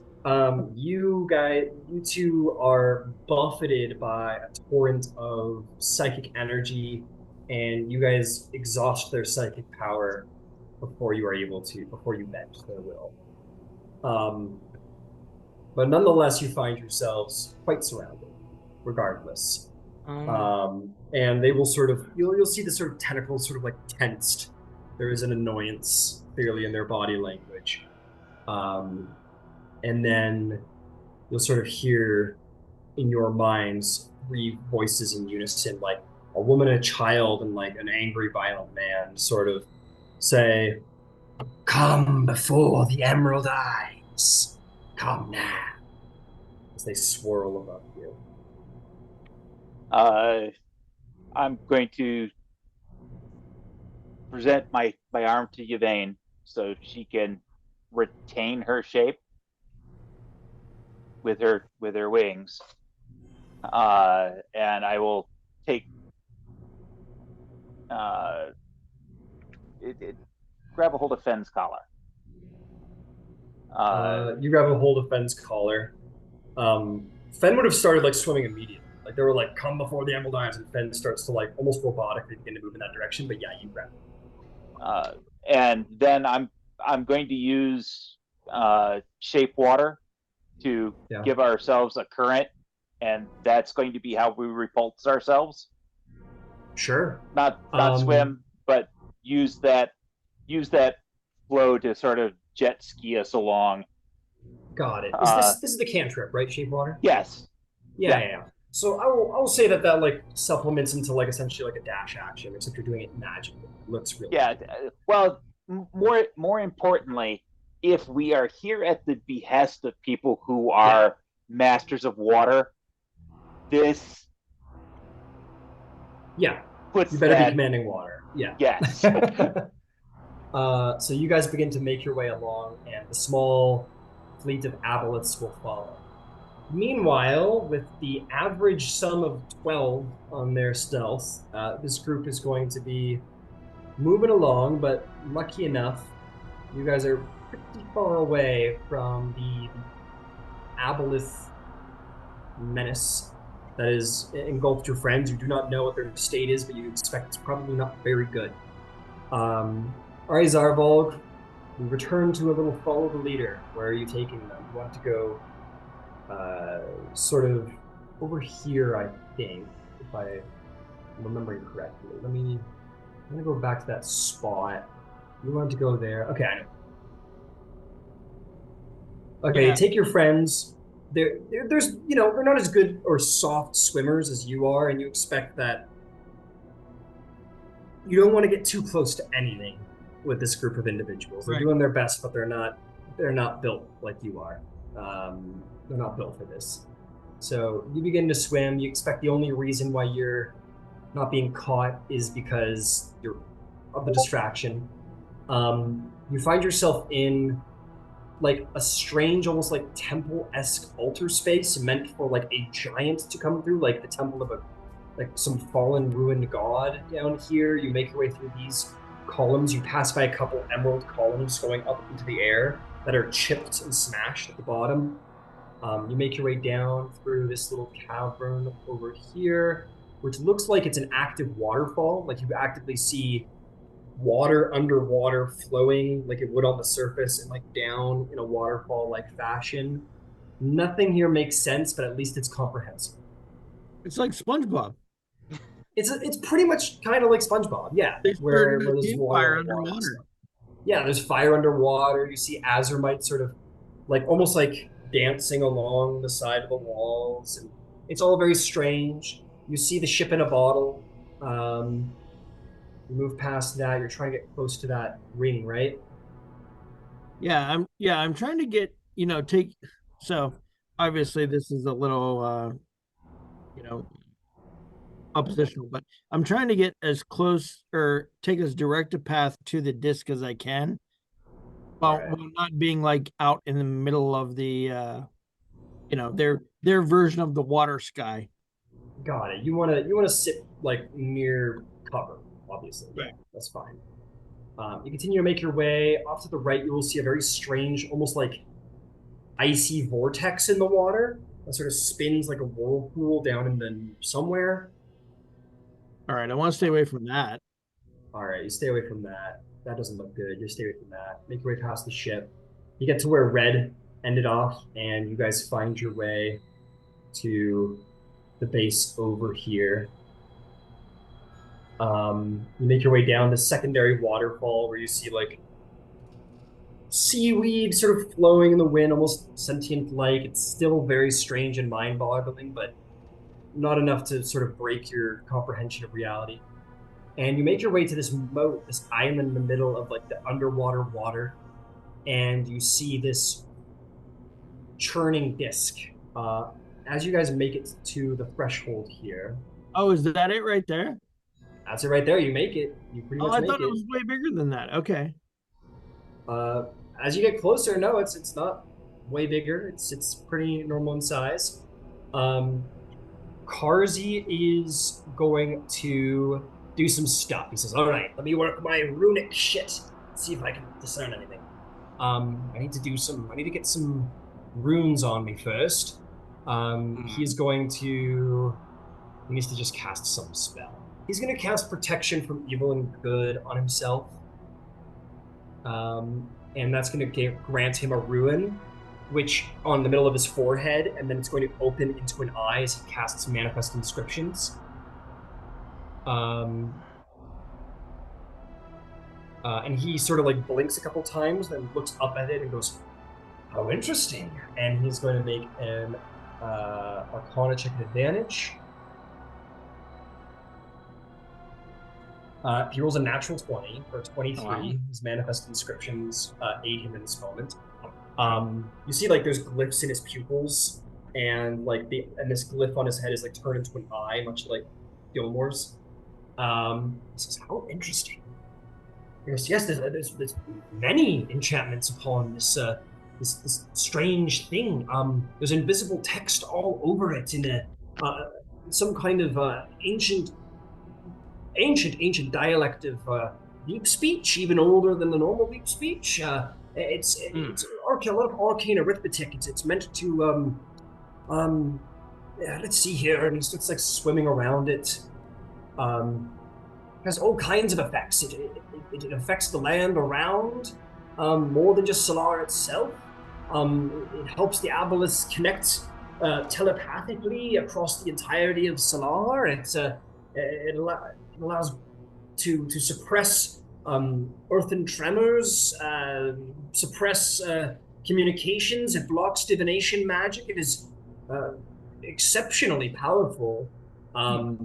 You hear a voice pervade in all of your minds and says, "Yes, it is." From the water beyond, pretty much right here, you'll see almost like a statue coming out of the water flowing off. You're going to see, and I do not exaggerate, a giant. You are going to see a monstrous giant appear from the depths. It has purple skin, ridged gills across its neck, glowing purple psionic eyes. Its hair is tentacles, octopus-like tentacles, hundreds of them. It is wearing this beautiful decorated armor of coral and underwater chitin. There's growths. It also has 3 in its head, 3 emeralds sort of embedded in its head. It also has a trident at its side made of like some kind of unknown metal that seems like brass or gold. It's decorated in purple vestments. It is regal, and it is aberrant, and it is massive. Ooh. You expect, oh, well, you don't expect anything. But it rises and says, Oh, I does it create- have a body? It has a body like that. It doesn't look like an aboleth. "Oh, It does not look like an Aboleth. It is not an Aboleth, as far as you know. And I will send you a picture of what it looks like in the Facebook chat. In fact, I should give you a handout, but I'll make that post-game. It says, "It is a magic long lost, power enough to sustain what is lost of Silar. You invaders have made it further than any other with your minds intact. I am impressed. What is it that you intend to do, I wonder?"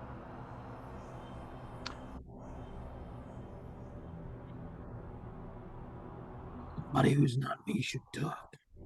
Well, ideally, come to some means of cause and effect to ensure that Amon doesn't fall into the ocean. You would wish for that, wouldn't you? You are a dwarf, yes? Yes, And that one there is a dragonborn. This much I know, but you, I have not seen one of your kind before. Points at you, Zarvolg. How interesting. I've not met one of your race before. We're not necessarily made for swimming.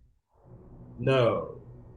No, you are on grounds not meant for you. Hobgoblin. How interesting.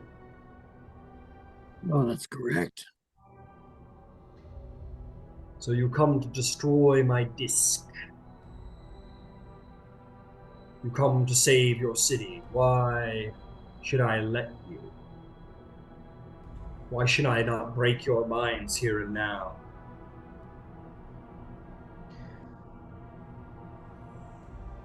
I don't know that we necessarily have different goals. There's we can preserve our people. I hear your hate, Hobgoblin. Uh-oh. do you lead the Aboleths here? Yes. My memory is odd. I came here long ago. I was not always of the Emerald Eyes, but they made me such, and now they call me Master. These spirits of ancient times who mean to reclaim this world. We shall declare war on your gods by sinking its most proud city. Then, if I might respectfully answer your question with a question, why do you wish to sink it? It is filled with believers. Your gods scamper away, from what I am told by other thralls of the surface, behind some gates. If we slay the believers, if we destroy their high clerics, they will be forced to open their gates and come down from their mighty mountains and face the true rulers of this world.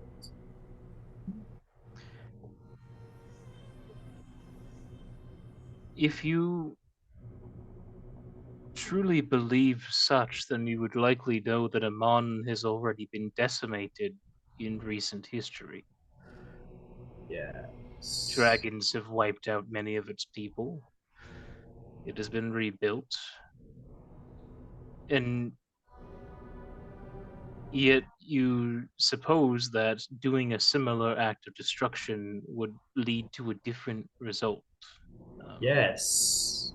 But I will not destroy it as those dragons once did, for they burnt it to cinders, left many alive as slaves, and claimed it for their own home. They underestimated you, small folk, you mortals. For you will always come back like an infection to claim what is yours. So I will not claim the city as mine. I will sunder it into 1,000 pieces and scatter the families, the children, and all the believers upon the rocks of the depths of the sea. There will be no more to claim. Could I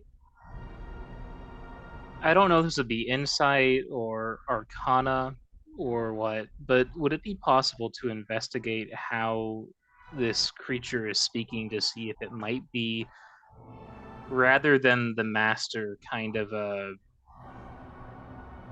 Wizard of Oz situation, um, where it's being charmed? Make me an insight check.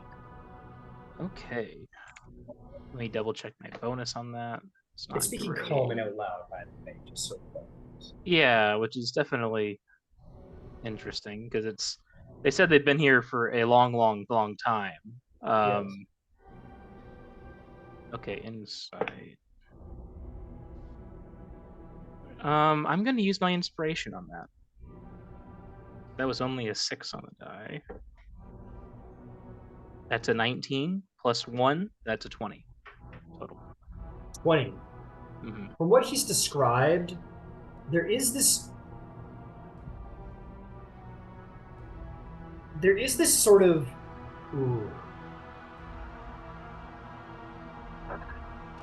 you're not able to figure it out. There's something about him that is his mind. One thing you know for sure is that this is like an aberration. His mind is, and his reactions and his movements are beyond what you're able to pierce through, at least with your insight. You have the sense that this creature is one of great potency of mind and great deceit. He says, "You mean to think me a thrall, dwarf?" I think it's a possibility. Perhaps once, but now I see the truth. I think that you're speaking in terms of extremism that belie the impossibility of the goal that you align with it.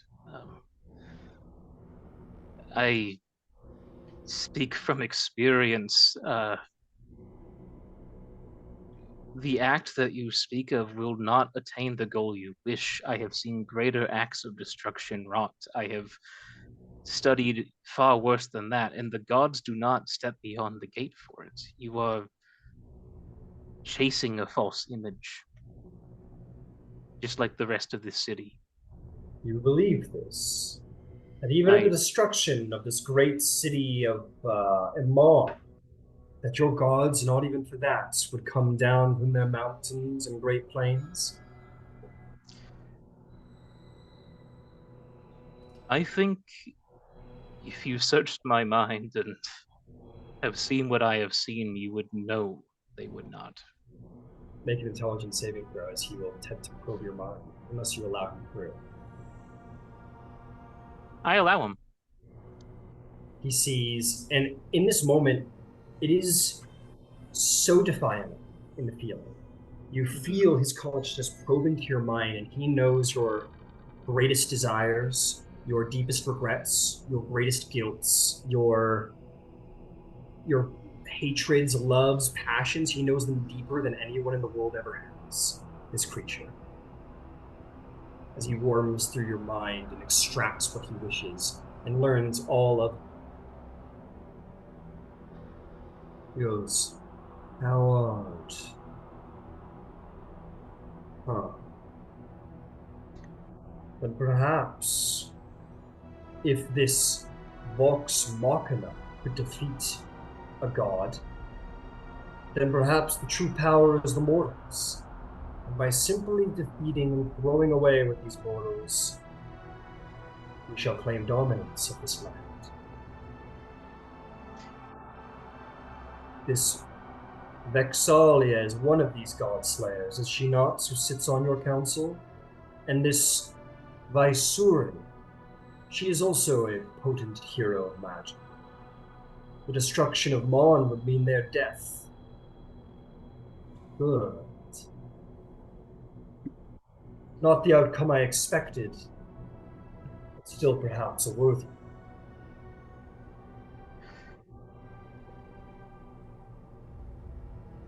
I think that you are speaking now in gambles, now that you've known your initial goal is unfeasible. Oh, perhaps one day, if all the gods' creations are destroyed, their gates must be opened.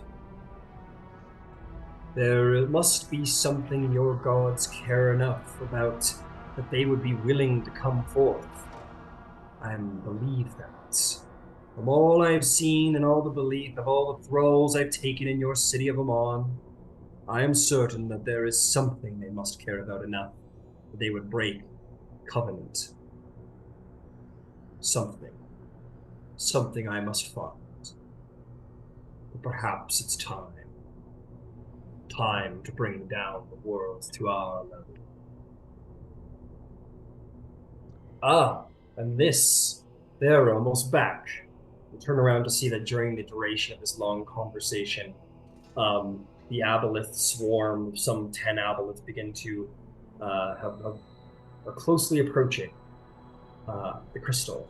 Jorman says, if you all want to do anything, I suppose now would be the time. Right, I apologize. I was distracted in philosophy. Emperor Dies, would you like to see a magic trick? Come then. And you can go ahead and roll initiative as he already knows what trick you're about to play as he's within your mind. Yeah. All right, I got to make up the board, but we got a little part to play here.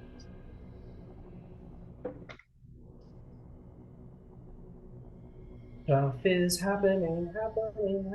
Stuff is happening over here. Oh, this is terrifying. Here they come, here they come.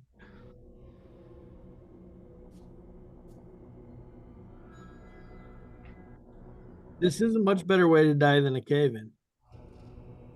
I'm working on that part. Finding a good way to die.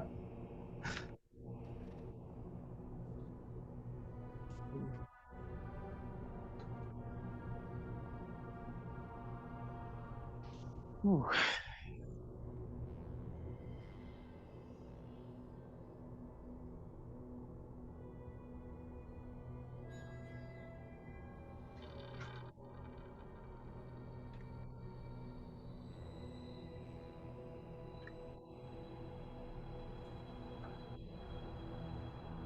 It's gonna be fun.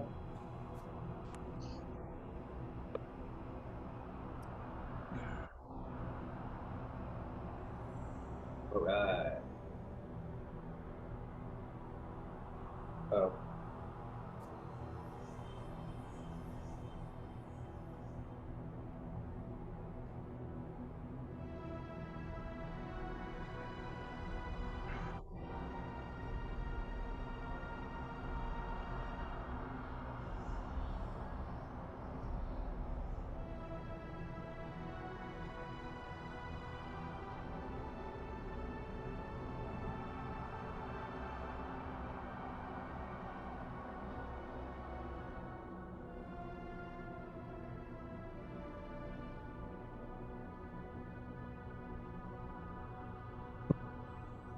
Okay.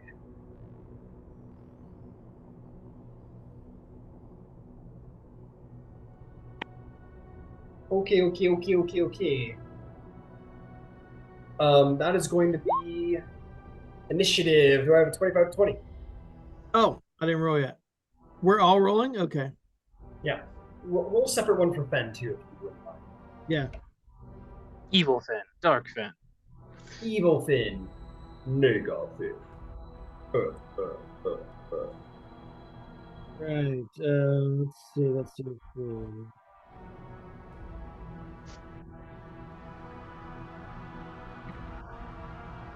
Ooh, nice one. Oh wait.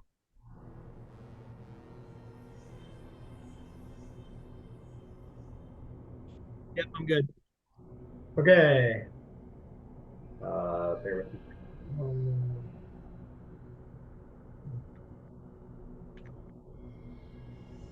Okay.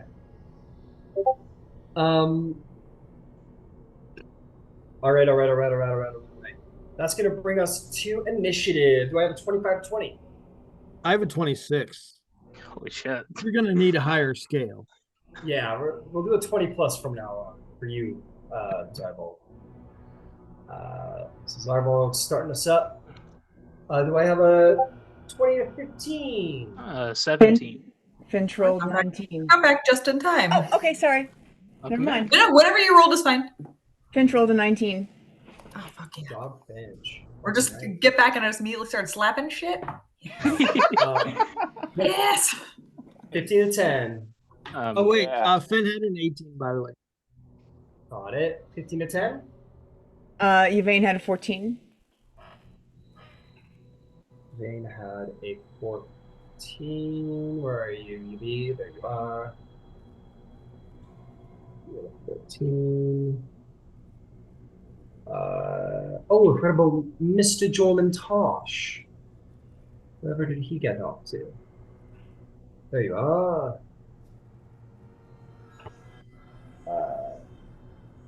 Okay, do I have a 10 to 5? 6.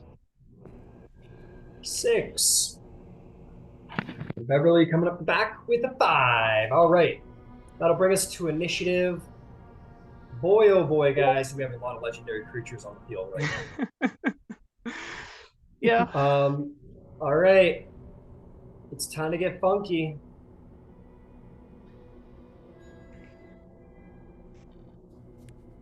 Zarvolg, give us a show. What do you do? I mean, what's so what I don't even know what initiated all this. What's happening? Like what set me off? So Glint went, do you want to see a magic trick to the big bad guy? And you went very well. And he sort of brought his trident up to strike at Glint, and you knew All right. and you knew it was on. Yeah, you don't do that. All right. So all right. I guess I'm going to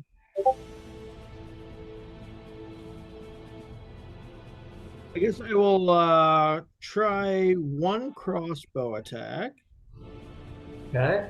first.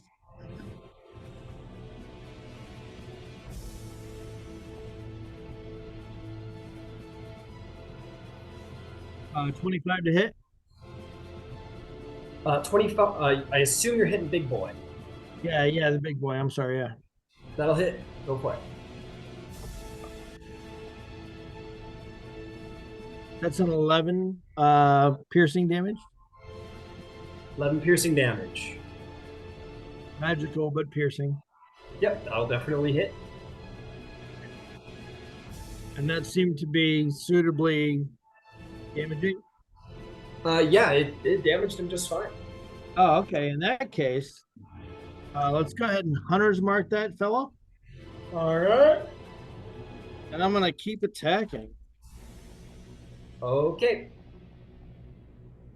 Whoops, sorry. Wrong dice.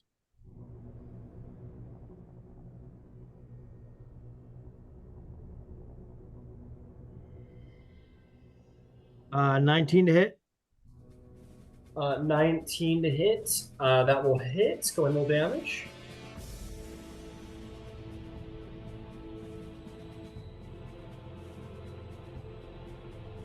It's going to be 11 piercing.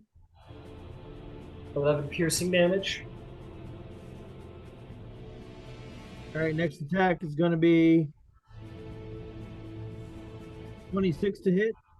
That'll hit. Roll me some damage.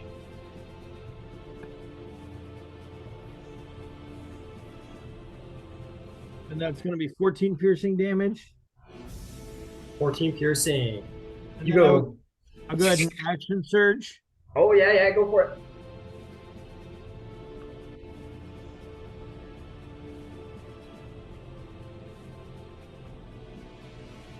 Uh, 23 to hit. 23 will hit.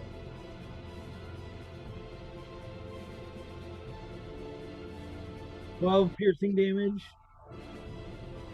All right. And last attack is going to be 20 to hit. Yep.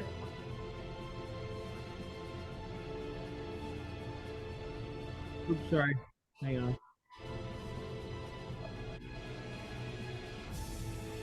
18 piercing damage. Nice, 18. All right, you take just like a ton of shots at this guy, and they sort of stick into him just fine. And though he's easy enough to hit, given his great, he might have good armor, but he's a great size. So he's an easy target. And though they sink into him quite well and they do exceptional damage, he sort of snaps the air, or not snaps them. You can go recollect them, but sort of bats them off of himself and kind of. There's a little bit of blood there, but in this moment you feel like you're pinpricking an elephant in this moment, and he sort of casts his pinkish psionic eyes on you. Yeah, that's a boss move. That's all right. I'll go. If he's going to be the elephant, I'll be Legolas. Good comeback. That's a fine comeback. I like that. All right. That's going to bring us to Finch and a guard, if that's all from there. Zarvolg. Whee! Okay. How far away is this? I don't know what this is. This baddie? Giant. Yeah, this thing. It is 60 feet from you. Boo. All right. Well then, I'm just gonna use my movement and try and dash up to it. All right, 30 feet gets you right there. Okay. I hate water combat so much. Yeah. I feel like it's just like like not moving at all. Yeah, you're trying your best, man. You're trying your best. It's difficult down here. I think because I dashed. Unless you got a bonus action. I don't. I mean, I do, but I don't think I'm going to use that at the moment. So that is my turn. The Aboleth see the battle beginning down below, and they'll turn their attention either upon Yvaine and Ember or on the battle ahead. But Fen is going to, I think. Oh, it's tough because you both survived the psychic torrent. Yvaine has displayed a level of power through her starry form. And Ember, you certainly have as well. I think being psionic creature, yeah, they're more curious about you. I think Fen's going to attack Yvaine. So Ember, Zarvolg, if you would unleash the monster that is Fen upon Yvaine. Sure, unleash the hound. All right, here comes the hound. Sorry.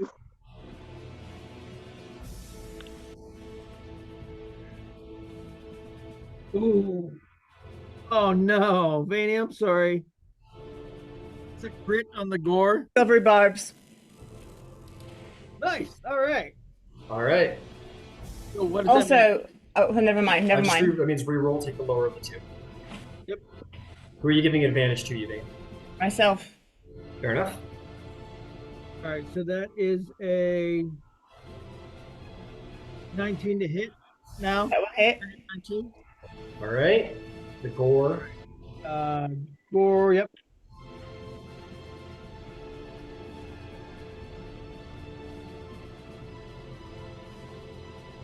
That's 7 damage.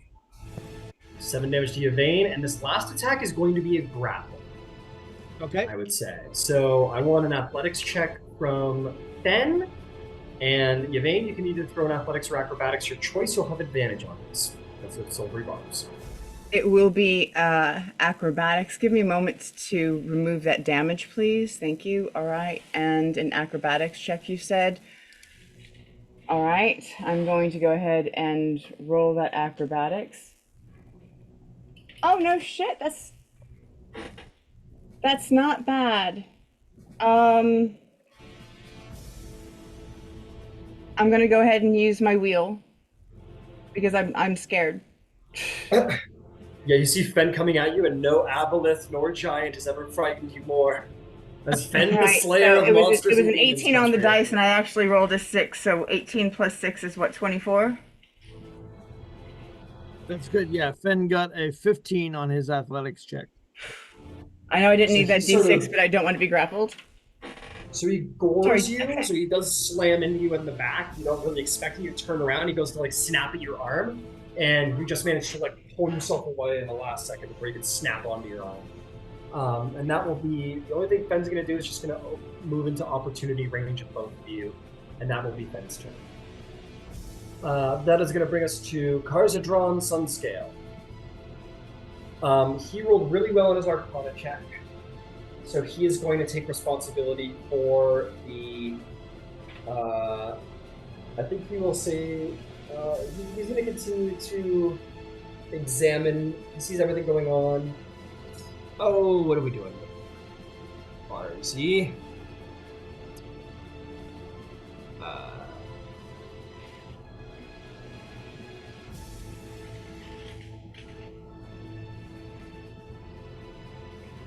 Largely drawn Sunscale. You should know better.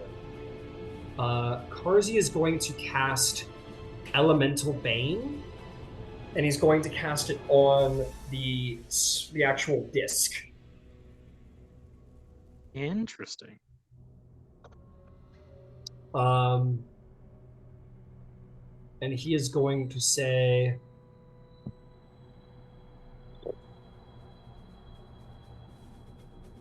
he's going to say, if anyone has lightning or fire, preferably lightning, but maybe not, maybe fire, you decide, go for it. And that will be his turn.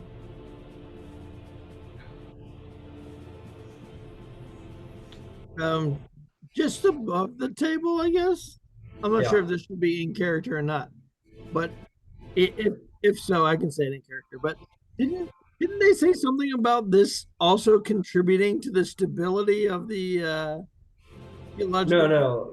Oh, okay. No, the columns are the stability of Amon. The disc is creating this sphere that sort of takes away the seismic activity. And Oh, okay. Yeah, I misheard that. I thought that this thing was partially responsible for the stability of Amon. No. Okay. It's keeping them safe rather than Amon, Yeah. by my It's understanding. keeping Silar hidden and safe, Okay. and free to do whatever it wants. Thank you. Yeah, I misunderstood that. So I'm gonna pull back on what you said because I'm realizing how stupid it is in this moment. I think the two elements that just don't make sense. He would say, lightning's good, acid's probably going to be best,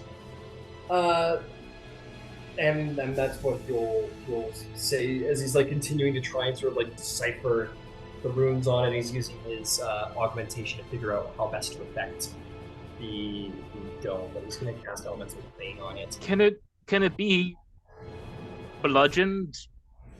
He goes, oh, you know what? That's a good point. It says thunder. Yes, and he'll sort of snap his finger, and the Elemental Bane will turn to sort of like almost like a light yellowish color. He says, if you've got thunder, hit it with it. And that is going to be Karzi's turn, unless he's got a cool. No, that's what he's got. All right, that's gonna bring us to Yvaine and Happy. Yvaine, you are being attacked by the most evil, dangerous dog in all of Exandria. What do you do?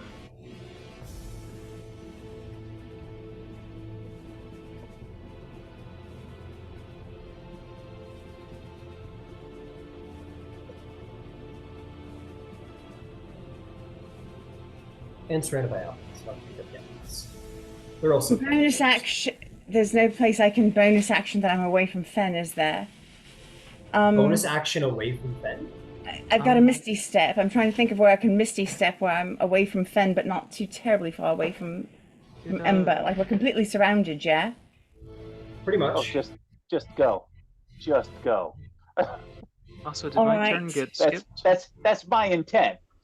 It did. So I'll tell you what, Yvaine, take a moment and think about that because I skipped Glint. So we're gonna go to I'm Glint's so turn. sorry, yeah. No, that was my No, it's fault. okay. That was my fault. Glint, you're up. So I have two options. I can cast Shatter, or I can try and open this bag of Dust of Dryness and see what happens.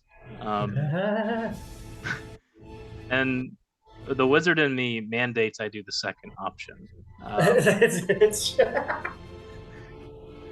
So typically, it's an action to sprinkle the dust on like the surface of water, but we are literally underwater. We'll call it an action to fish it out of your bag of holding, undo it, and then like let it spray out. But you can't really dapple it into water. It's really going to be right in front of you, no matter what. Yeah, the moment it makes contact with water. Yeah, so I'm going to just fish out this little tiny bag and then just flip it open and just let out the dust into the water in front of us. Okay, so all 7 pinches, I assume. Yeah. Ideally, so describe what one pinch does. Yeah. So, and also ideally, Glint will swim to be like directly underneath the ring if possible. Oh, I got it. Like so. Yeah, and probably on the ground if possible. Okay. Yeah. Totally. So 1 pinch absorbs equivalent to a 15-foot cube of water. My. So 7 would be 7 15-foot cubes worth, which would be about 1.5 million pounds of water. So we'll do a little 7 times 15 here. So it'll be a 105-foot cube of water.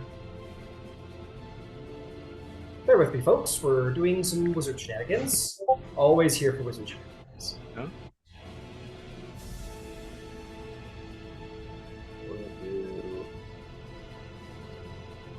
Oh god. All right, I'm gonna need to go get myself some flat ground to make this with. Hang on. But this is great. This is exactly what I imagined you'd do with this thing. Thank you for this. In the entirety of my time playing D&D, if I had a nickel for the times I've done this, I'd have 2 nickels, which is still more than you should have, but yeah. Which is awesome. Sorry. Okay, so we've got that. Now let's do a vertical. Let's just go up in the air, 105 feet from Glint. This is gonna be fun. I don't even know what's gonna happen yet. I haven't got to that point. Just mapping it out right now. This is liquid stress. That is right.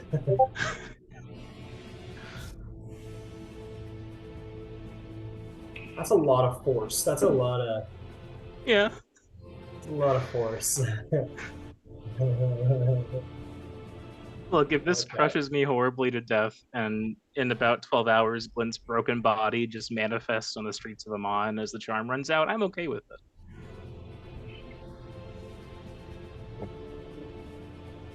Okay, so...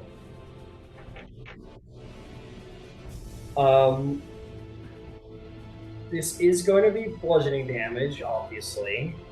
Mm-hmm. And basically what you're doing is it's not so much, because if you're just taking the water away, it's not going to take it from your bodies. You're not going to like dehydrate yourselves, right? Mm-hmm. Now, you're going to take the water away. What's going to happen is that the water in that area is suddenly going to be gone. And then how many pounds of force did you say that was? How many pounds of water? It's about 1.5 million pounds of water.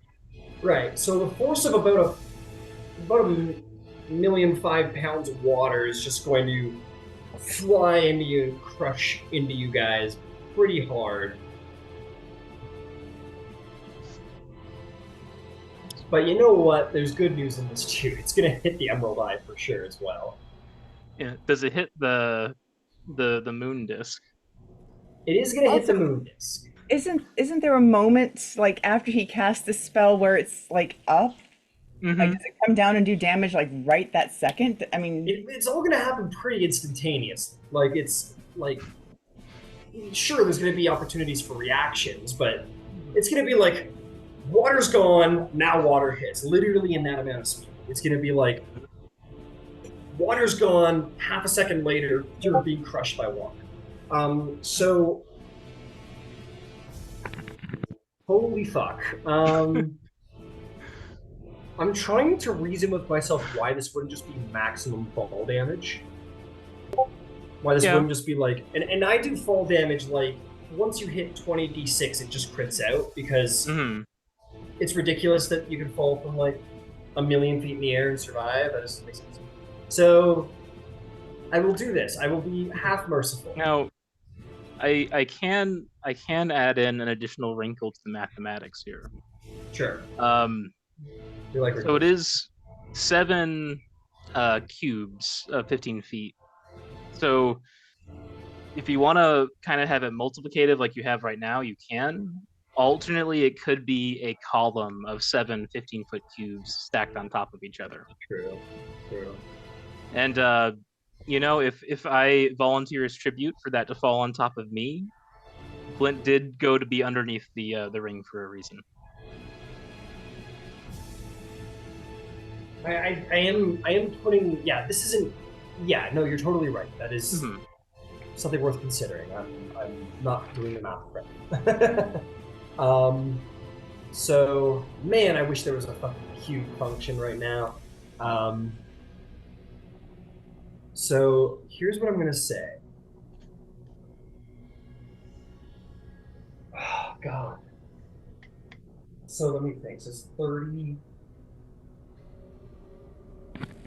Is this Okay. trigonometry the DM is having to do right here? Like, is this like You some fucker, you make serious it more math simple shit right math. now? Give a water square that is would be- 15 by It would be a 15 by 15 by 105 feet tall pillar of water that ceases to exist. It would be a pillar, but I'm thinking at this point, or a big I ball might just if be you easier want. to make it into a big orb. And I think Yeah. if we're making seven cubes, so let's just do 3. Let's just do 3 and 3 to make things simple. That kind of comes out to like a 30-foot sphere, kind of. And then you could fill in the spaces with the 7. So maybe I'm just gonna make this like a 30-foot sphere here. Yeah. We'll call it something like that, just to make my life a little more simple, if that's okay with everybody. Yeah, I can even offer Centered some on you, of course. assistance if you would Yes, like. please. That would be totally. Yeah. welcome. So it's 3,375 cubic feet per cube. Times that by 7, you have 23,625 cubic feet. You could make that into whatever shape you want just by using dividing that. We'll by make it a 3, square, right? Let's do that and make that a square, if you wouldn't mind. Okay. So what kind of square does that become? Let me divide that by 5, and hopefully my math is right. It might not be.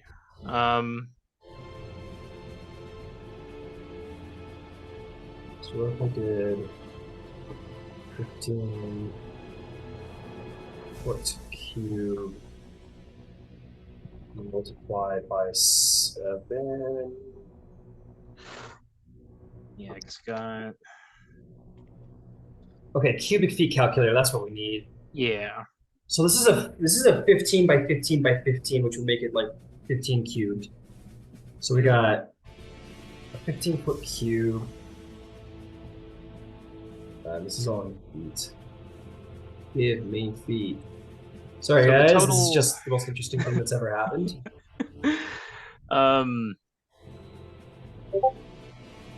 So it's 15 by 15, then 15 high.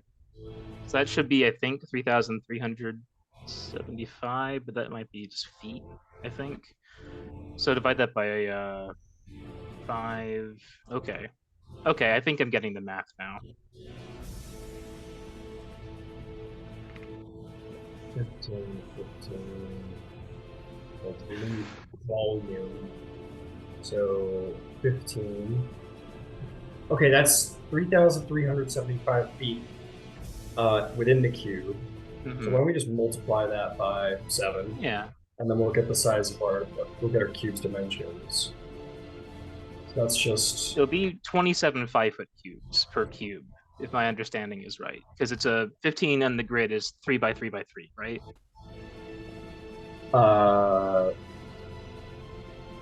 Sorry, hang on.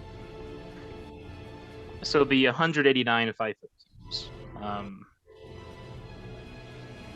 I think it's 60 and 60. No, not even close. 20. Whatever makes sense at all.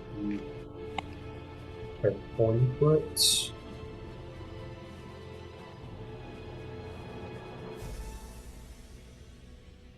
No, way too big. Okay, working on it. It's coming, it's on the way. I did say doubles. Oh, hey, I have the volume of a 20-foot radius sphere. That helps. Or if I just did 28 by 28. I think we're getting pretty. Sorry, I'm getting pretty close here. I apologize. Oh, all good. I'm gonna call it a 29-foot cube, and that should be equal to the same cubic amount of cubic feet. It's very, very close. So we're gonna call it a 29-foot square at this point. That works. There, that works. we've made it. Thank you for your patience. So I'm gonna go build that over here real quick.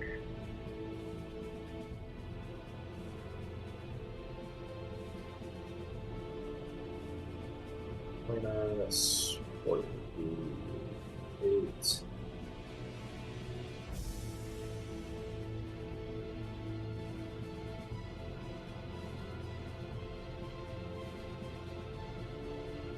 Kind of this situation a little bit, just to make the cube. We did it. We mathed well, ladies and gentlemen. We made it. Kind of. Okay, something like this. It's not a perfect right angle, but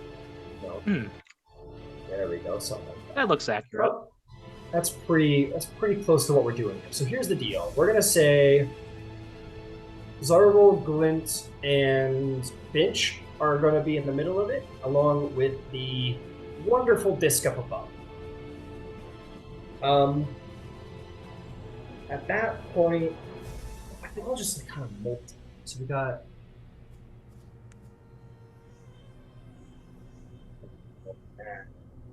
Okay, here's what I'm gonna do. I'm gonna be hopefully a little bit more merciful. I'm just gonna call it like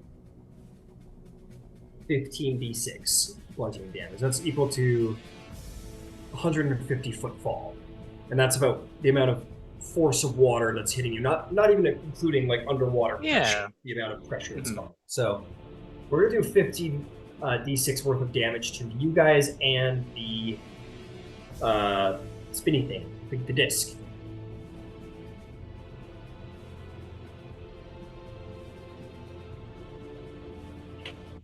Whee! Off they go. Okay, water flies in. Finch, Zarvolg, and Glint, you're all going to take 56 points of bludgeoning damage. The sphere is going to take half of that damage. The disc, excuse me, going to take half of that damage. That's going to be 28 points of damage to the disc, as it does sort of crunch, but more importantly, it wobbles. And there is this sort of like wave that happens within the actual sort of milky orb around the city that sort of wobbles out and then resumes its function. Excellent. Also, I'm unconscious. Great, you're unconscious. Yep. I'm also going to say that naturally you're all going to be thrown to like the center of where it all happens. So Finch and Zarvolg, you're both going to be sort of thrown and like kind of collide with the other two members of your party in that moment. Interesting. All right, is there... So that's it for you. 57? That was 56 points. 56, all right. And I'm gonna reduce that by 3 because of my feet. Ooh. Yeah, your heavy armor master feet is gonna save. Like, what does that do? Like being crushed by water. You're like, and reduce it by 3 damage. More than this, I'm gonna say, oh yeah, hey, you knocked yourself out. Congratulations. Do you want you want an exhaustion or you want a lingering injury? Please say lingering injury. This feels like give me a lingering injury. Yeah. Yeah, that's what I'm talking about. It's a lingering injury kind of moment, I think. Okay, give me a roll of the d20, please. Thank you. All right, d20. I'll roll it in the roll 20 for posterity. That's a 6. A 6. Mm-hmm. You have a broken rib. In fact, you have a couple That of tracks. ribs. Yeah, that makes sense. I feel like that makes sense. Whenever you In the attempt an scheme action of things. combat, yeah, and this it could have been worse. It could have been worse. Mhm. But did you die? But No. did you die? I'm just gonna send to you in the Zoom. I'll send it privately just in case you want your injuries to be to yourself. What's going on with you right now? So that's the negative effects of having broken ribs. Excellent. Yeah, I don't know if anyone's ever had a broken rib, but you're not doing shit when you have a broken rib. No, it hurts. It hurts like a mother. It's pretty bad. Yeah, I haven't had one. I just know that it does. That's all. I just know it in TV where they're like, I might have broke a couple ribs, and the next scene he's like jumping off a skyscraper. I'm like, I know. That's bullshit. Oh, that's 8 months American later, broken maybe. ribs. That's not how it works in Canada. Yeah, that's an American broken rib. That's different. Okay, that'll bring us back to Yvaine. Yvaine, you're like trying to get Fen from stopping to bite, and you see off in the corner this sort of like sphere of water that suddenly just like implodes and just like crushes Finch, Zarvolg, and Glint. And you do see like the giant sphere sort of wave out and lose some of its power, and the disc sort of topple above them. Just 7 little marbles floating there like forbidden boba. All right. Yeah. There is 7. That is worth point. Anyone, mainly you and Finch and Zarvolg, you guys see right in front of you, there's these like 7 little orbs now just floating around. Toss a shatter in there, see what happens. Just bring Glint back, let him do it. Anyway, Yvaine, go ahead, take your turn. Going to misty step forwards towards the circle. All right, fun stuff. All right, 30 feet forward. What next? Going to take the rest of my movement towards the circle. All right, you're just going to action dash towards it? No, you're just I'm using not your going movement? to action. I'm just using my movement. Understood. 15. I'm going to cast control water over the Oh boy. disc. Oh, you people. Okay, got it. And since I've already got my scroll out, can I do like a quick little insight check? Like, how bad is this? Are we getting out of this? I don't know. I can't answer that question. This is. I think our best bet to get out of this would be to break the ring. Let's fucking go. You hear in the back of your mind, Yvaine, I can get you out. All you have to do is give me your eyes. I can save you and your friends. Just lend me your eyes. Control water. Okay.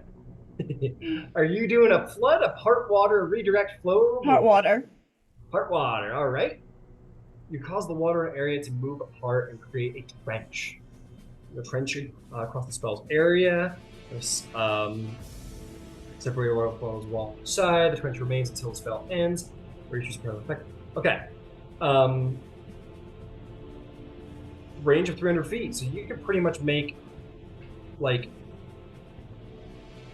it's 2 trenches, but you can make a trench wherever you want. So you've got this much range. Where is that trench going? How big is it? What does it look like? Talk to me. Can I surround me and my friends in the ring? Just like clear all the water out. You can just keep in mind, if you clear it around you, you're going to fall through the open air and into the water below at the bottom of your trench, or the ground that you do, because you're suspended in water right now. There's suddenly air there, you're falling. Gravity will take you. Can I make like a little step or something? I mean, I'm controlling the water. Can I like control the shape in such a way that I can? You can absolutely make stairs if you want, but you must keep in mind it is still water. It will still interact with you as water does. So for your friends over here on the little island, it's not going to be such a bad deal, right? They're going to step down. They're going to be looking a lot better. You, Yvaine, who's suspended 50 feet above the ground, are either going to fall to the bottom of the trench or to the ground if you make it all the way to the ground. Because you will suddenly be in open air when you make this trench. Can I make 2 trenches, one like around them, like You can make one trench. All right, It then. has to be one continuous trench. Then I'll keep it around them and start moving towards it. Got it. So it can be, as long as it's a trench, you're good. So you want something like, I imagine you want something like, just like a general area around the island. Kind of like, is that what you're feeling right there? Yeah. Yep, okay. Locking that in. I'm gonna sort of steady it. If those dimensions you're happy with. Area part. I suppose area except for the water on the other side of the trench remains until the spell ends. So you pull the water apart in this cube.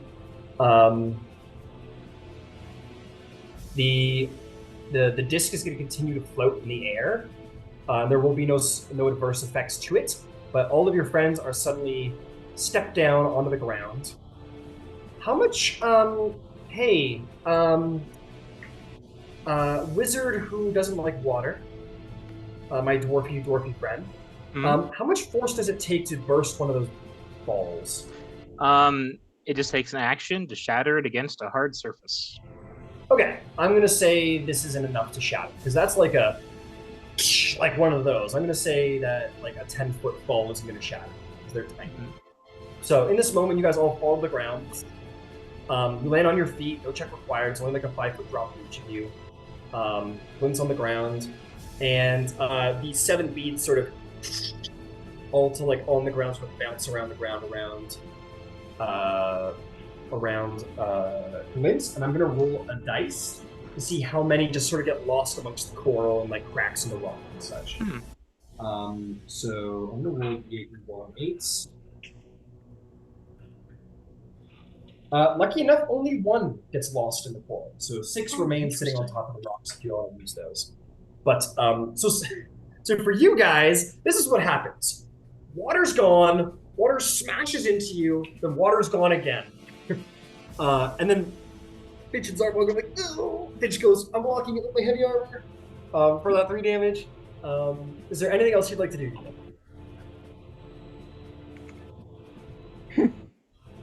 Listen. No, there's nothing else I can do. Okay, understood. That is going to bring us to Durham, the Emerald Eye. He's sort of like, so full of the water is like scattered, and there's like these walls of water. You see his partially visible image out there, and in a sudden burst of speed. Ember, yeah, you got something to say? Wouldn't he got pulled in? Because he's in the water that would have been part of the collapse. Section. Yeah, and I think that's perfectly fair. He's going to be dry docked now. So I'm going to see friends are over here. I'm going to say he's a big boy, so I'm going to say he did get sucked in. I'll give it the... I'll give it like the 20 feet. Oh my god, come on, why are you doing this? You dick. Hang on, I'm going to go get him. He's retreating. I guess so. Come on, you pussy. It's a boss battle. Can There's sharks. Can he breathe air? Everyone, give me a minute. The mini is not cooperating. Oh, that sucks. I hate when you have technical stuff going on. I know, me too. I hate it terribly. Okay, so he gets pulled in about 20 feet. I think that brings him right to the edge from his last position, if I'm not mistaken. Because he came up like right here. So yeah, I'm going to say you got pulled in because that was about, I think we said the terminal was a 28-foot thing. So that would also mean that, you guys got all pulled in as well. I'm not going to worry about damage to Beverly, Jorman, or Karzy. So he's going to get pulled to about here. So he's right on the edge. And he is going to, he'll step into it. One of his feet, he's sort of like coral armored legging. That it might be coral, but it is really well like made. This coral pauldron steps out of the water and into dry land, and this strange giant will enter out of the trench and onto the land with all of you. And he'll look down at you all and say, interesting tactic. And he is going to target Zarvolg. He's going to target Karzy. And fuck it, he'll target Finch because you're real shiny like. I need all of you to make intelligence saving throw as you feel a pulse of psychic wave fire into your minds. Okay.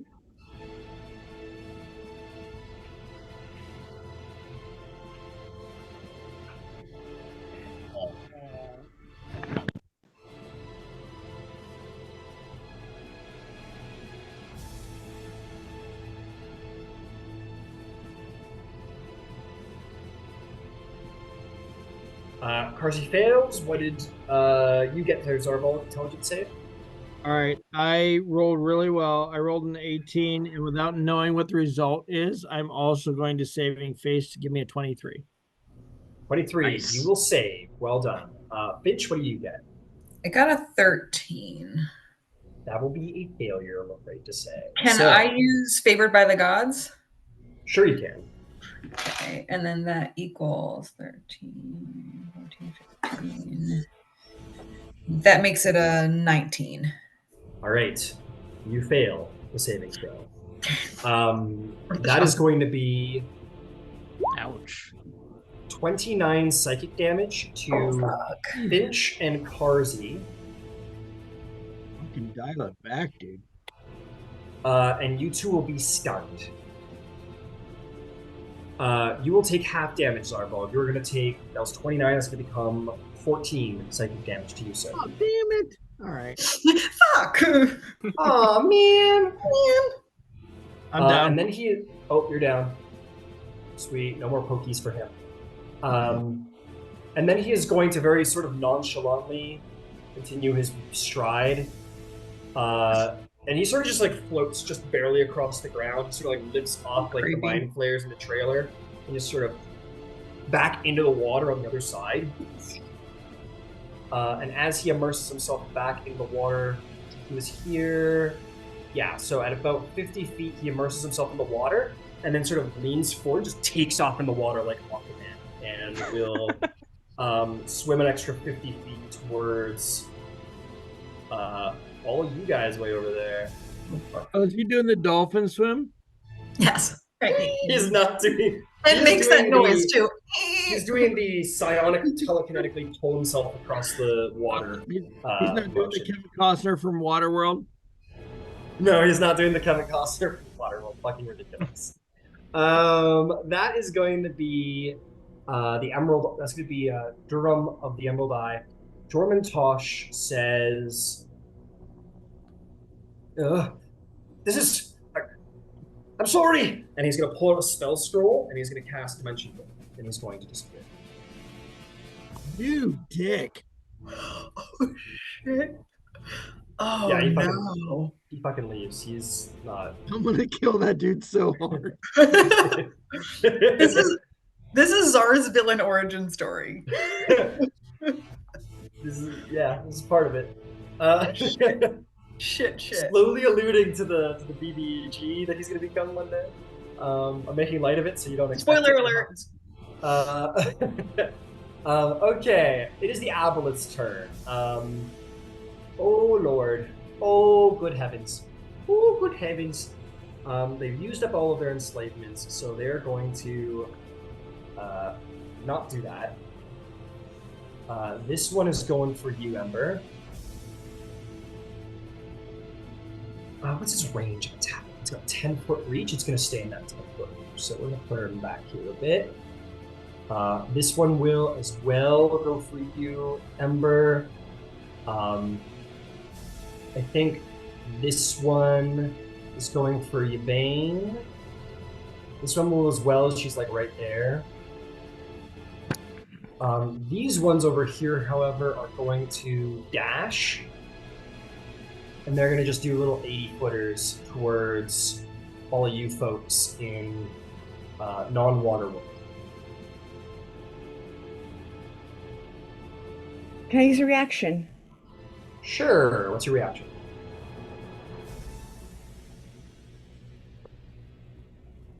close my eyes, and say, save us, save moon. Agree. Your eyes. Accept my terms and I'll agree. I will wait until I have it.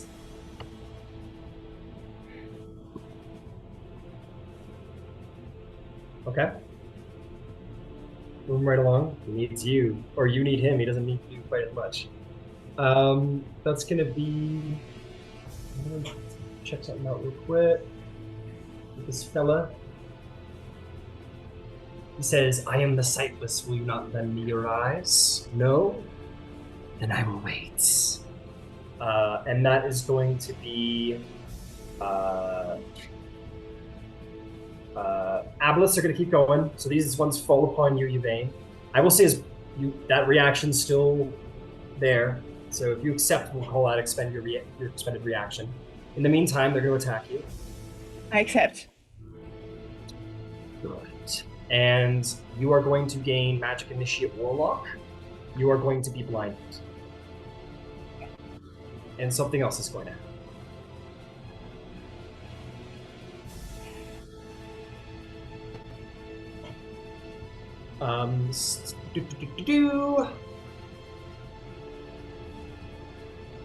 Don't worry, it's going to be a lot of fun.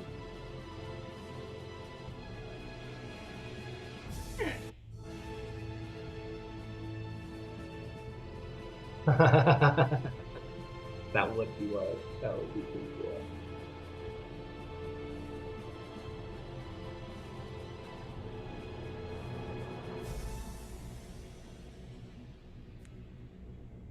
We're gonna have to wait for your turn to see what he does.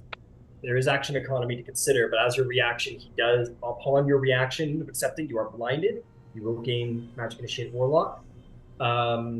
You don't know when you're getting your eyes back, but you lend them to him. I also need you to make a Wisdom saving throw, as you will. As part of receiving that Warlock, you are going to be exposed to the inconceivable realities of the multiverse. 23. I'm good at these. 23, you will survive for now. And Aboleth will take their turn. Okay, here, what are they going to do? They're going to make their attacks. Okay, this one is going to take a tentacle attack. Actually, we're going to do this guy. Tentacle attack against you, Yvaine. Now that you're blinded, it will be at advantage. That's going to be 8, 16, 17. We'll hit. You know what? Fuck it. We're gonna rule cool this. Because it's my game, I can do whatever the fuck I want. You give over your eyes, and in that moment, Yvaine, as your eyes close, you, Ember, and pretty much just you, Ember, because nobody else can see through this sort of like water wall. But you will see Yvaine just sort of like, there'll be this glow from the front of her as the Aboleth come in, tentacles mounted forth. There'll be this like pinkish glow from the front of her where her eyes should be. You don't see her eyes vanish, but her eyes do vanish into her skull. And as you open your mouth, Yvaine, you let out this imperceivable screech. And from a power being channeled through you, expanding outward, Psychic Scream, which is a 9th level spell. They all need to make intelligence saving throws against it. Against your patron's DC. Jesus, one succeeds. That's a failure. That's a success. That's a failure. That's a failure. How many of these guys do I got? That was 4. I have to do 2 more. And then the big guy, failure. Success. So, Jesus, so rolling good. 3 successes from the Aboleth, from Big Boy over there. That is going to be an absolute failure. Tell you what, you gave your eyes for it. You want to roll 14d6 for me? Can someone get on a calculator and be good at math? I have some things to do over here, but if anyone's willing to help. If you're waiting on me, Yeah. Yeah. Go ahead. I have Excel open. Fire at will. okay. 6 plus 2 plus 5 plus 4 plus 2 plus 4 plus 4 plus 2.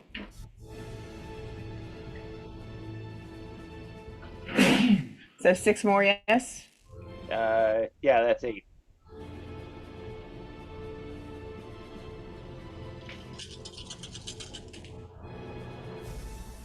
One plus 2, okay.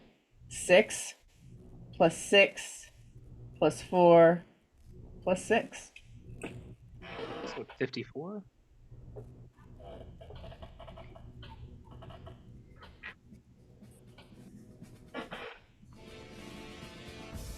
So how much damage was that? Did you say 54? I believe so. I could be wrong. It was pretty good. 1 second. Yep, 54.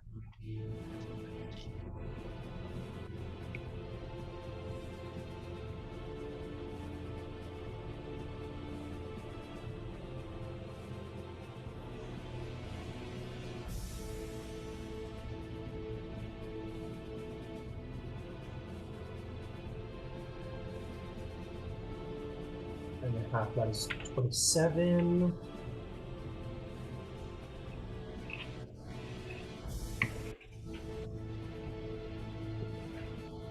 Holy Lord. So you let out this screech, and Ember, you can just barely hear at the edge of your ear. You just kind of like can't help but like grab your head, but it's just enough. It doesn't hurt you just enough that it doesn't damage you, but it's still like, oh fuck. And you see, out of the 1, 2, 3, 4, 5, 6 Aboleth. Okay, 6 Aboleth and the 1 giant. Only 2 Aboleth remain like capable. Everyone else is stunned and super damaged in this moment. And they all just sort of like float there and bubble there without recourse. These 2 in the back see all of this in shock. They are just going to swim past you at that point, Ember, because there's more important things going on. And this one's going for you, Yvaine, regardless, and is going to take 3 tentacle attacks at you because, holy fuck, you're apparently a big nuisance that needs to be dealt with. That's going to be, because you're blinded, 24 to hit. That will hit. That's going to be 21 to hit. That will hit. And natural 20. That will also hit. All right, I need you to make me 3 Constitution saving throws, please. I'm actually not bad at these. Especially with my wings out. And they stay out whether I'm conscious or not. All right, Oh, so... I rolled that wrong. That is a 16.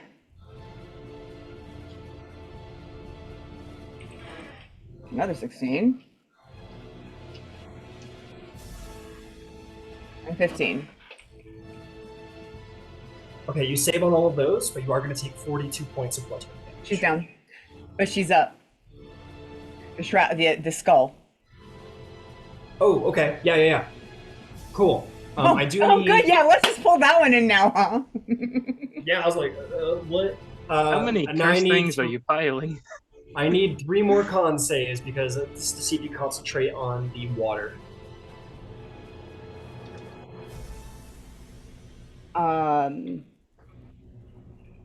14 Wait, no. 17, sorry.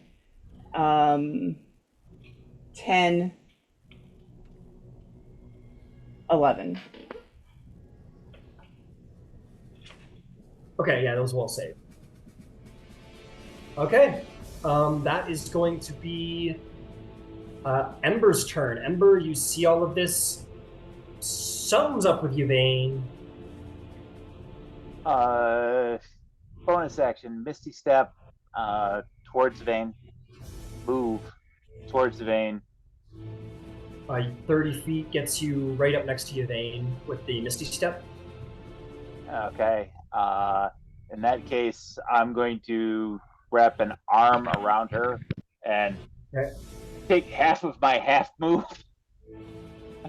So 5 feet. And drag her with. Yeah. Where are you going? Where are you dragging her to? Away from Squidly. All right, so like there? Yeah. Sweet. It'll take an opportunity attack against you, Ember, because she's being forced from the space. That's fine. Fuck me, that's gonna be another natural 20. So you're gonna take. I'm gonna spend my silvery barbs and. Yeah, fair enough. You want to give yourself advantage? No, I'm actually gonna give Yvaine advantage. Fair enough. Yvaine, next attack will save you through her ability check. So that's gonna end up not being an at 20, but that'll probably still hit with a 28. Yeah. And he is going to tag you with his tail. So that's going to be...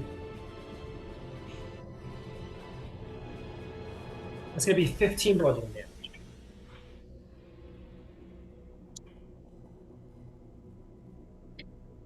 Okie dokie. All right. Is there anything else for you, sir? Action. Unsummon red. Okay, Remen, you want to just like fully like banish him? What? No, temporarily. Yeah, you want to put him in the pocket dimension. Put him in the pocket dimension. Because then I can bring him to me. That's fair.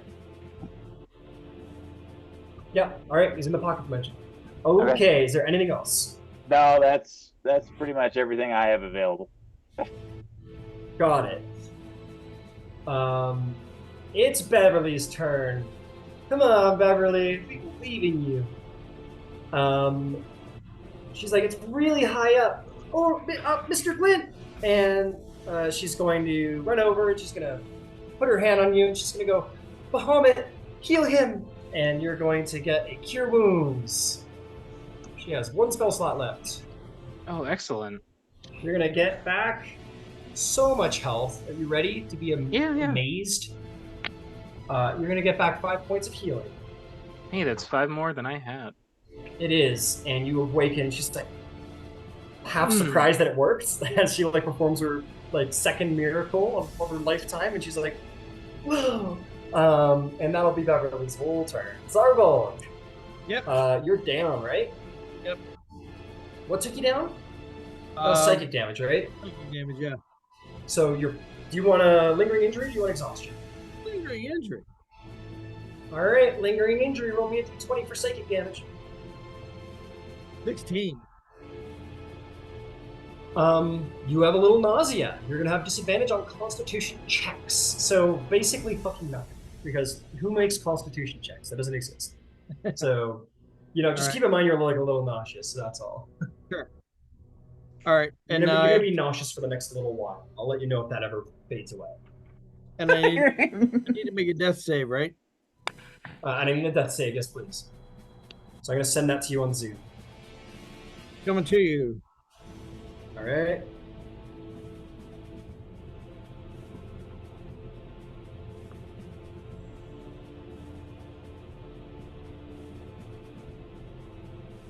Whoops.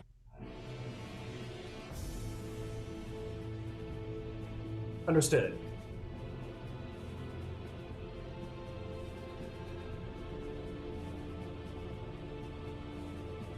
All right, that's going to bring us to Finch Endegard. What do you do, Finch? I'm just real fucked up right now. Okay.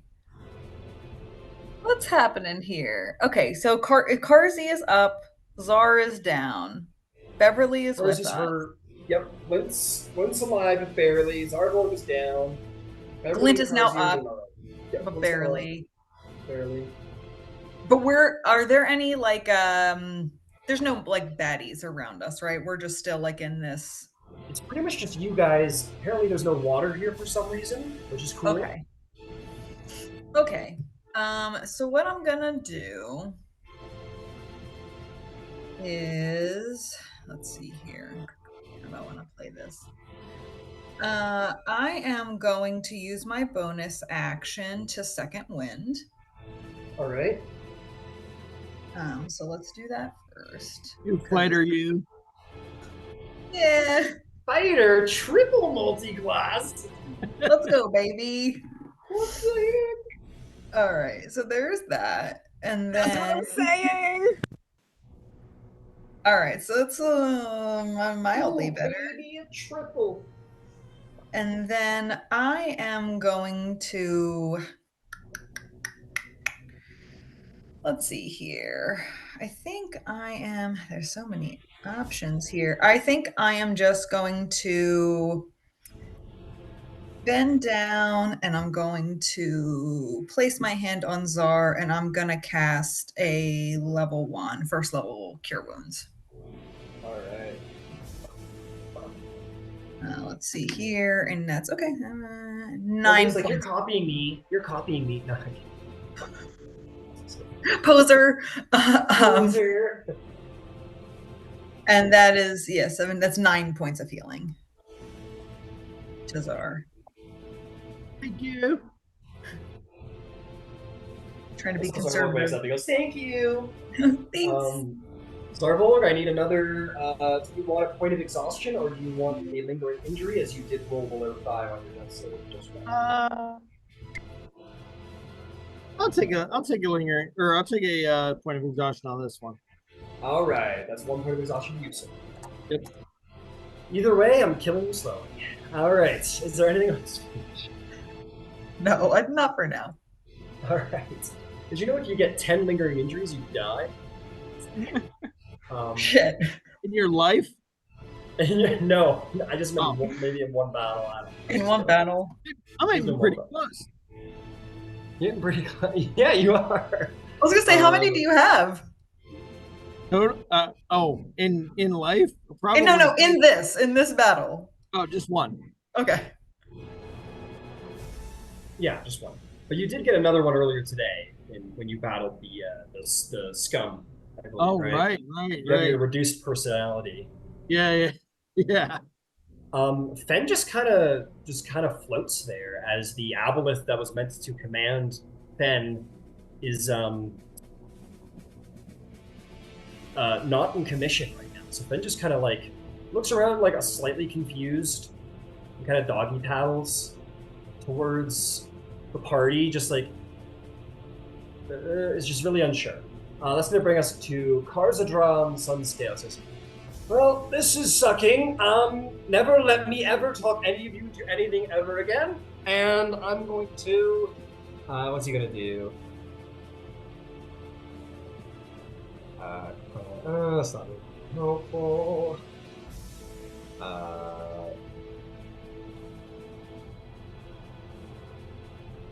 He knows this works just fine, so he's going to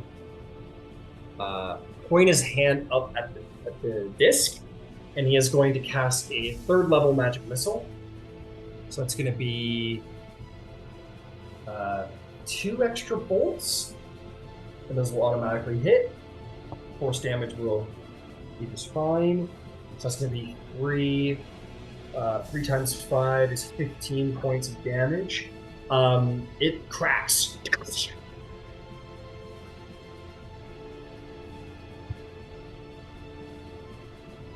Yeah, it cracks. That the disc cracks. It doesn't look like it's holding together very well. You see these like waves of like energy missing in the actual like dome. Glint, Hello. what do you do, man? Okay. So are we in water, or was the control water removing water from our space? Control water is still good. So you are Okay. currently on dry-ish land. Karzy, you said that Thunder. thunder, right? Thunder. It is vulnerable to thunder right now, thanks to me. I am. In that case, I'm going to try to cast shatter overhead onto the ring. Okay, so it does double damage against structures, right? It Against, like, damages crystal- objects, and then creatures made of inorganic materials such as stone, crystal, or metal have disadvantage on the saving throw against it. And then a non-magical object that isn't being worn or carried also takes the damage if it's in the area. So actually, would that work on this?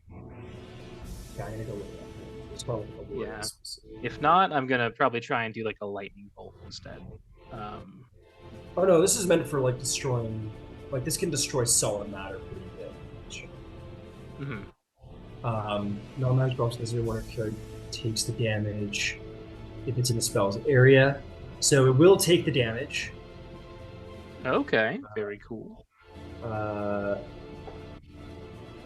It can't succeed a con save because it isn't a creature, so it's just going to fail.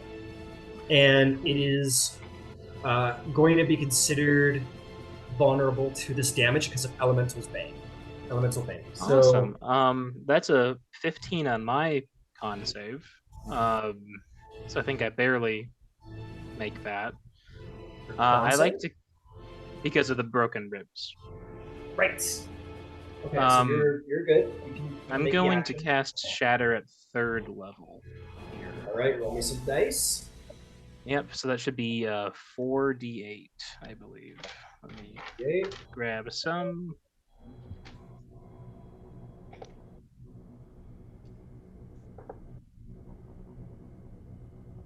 That's going to be 15 points of thunder damage. 15? Mm-hmm. All right, so that becomes 30 because it is vulnerable to this damage. So that's going to become...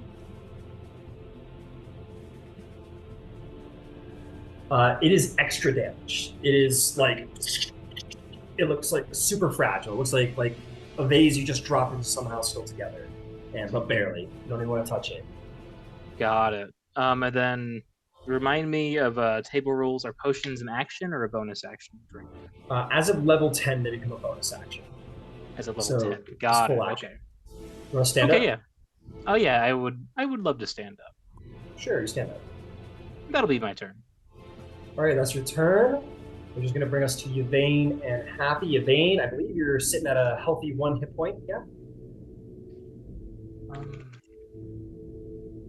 Yeah, I'm at 1 hit point. Am I still able Yeah, you're to blind. do any? Yeah, but am I able to do anything? Am I just blind or am I like possessed? You're not possessed, you're blind. I do have one question. Yvaine's very far away from the entrance to the city, right? The entrance? Oh, like to leave the city altogether? Yeah, where my Skelly Yeah. boys were left to protect. Okay, cool. Just wanted to be sure. Pretty far away. There is that like icy whirlpool thing over there if you ever wanted to, see where that leads. Yeah, that's what I was looking at over here. They're good. They're just guarding that spot. They can't really get updated orders at the moment. So just wanted to make sure they weren't really in range of anything. Got it. All right, Yvaine, what are you doing? So, All right, so look, real talk. I understand that I'm blind. Would you allow me to cast a Cure Wounds on myself? Because I don't really need my eyes to do that. Yeah, that'd be fine. Yeah, all right, so I am going to cast a Cure Wounds on myself because I'm fucked up. Yeah. That's also one of the not sight-reliant spells, I think. Yeah, it's just touch base. All right, hold on. I have to re-roll part of that.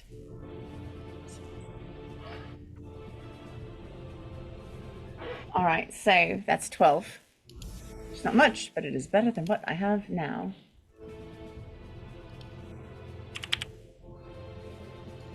All right, so I'm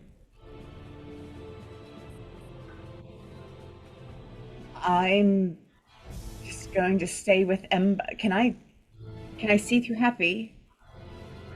Nope. Well, do you want to use you just used your actions. You can't use your actions. Then I'm just going to stay with Ember. I can't see. And as she says that, Ember, you look over her, like, her eye sockets are empty.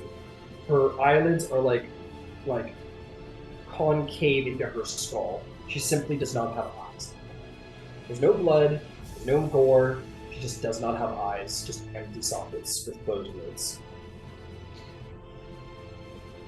No worries, I got you. Ember, the chillest man ever lived.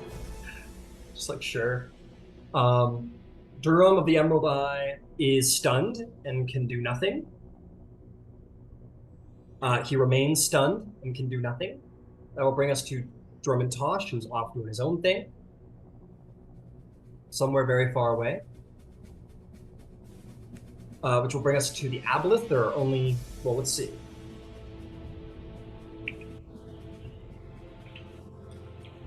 None of them save, and the two that are active, well, actually, we're going to deal with this one first. It's going to communicate something backward. I think this one is going to, I think, try and attack Yvaine. Can I provide her cover? Sure. Yeah, we'll call that cover. Absolutely.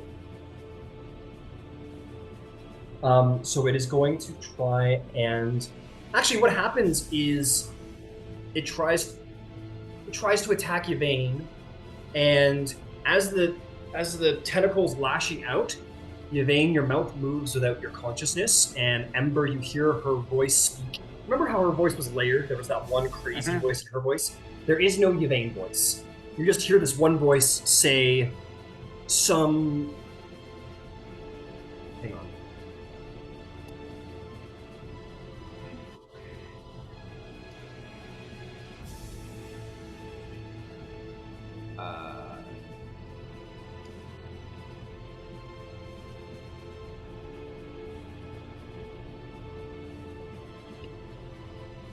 I want to make this a cool name. Hang on a second. The fucking word.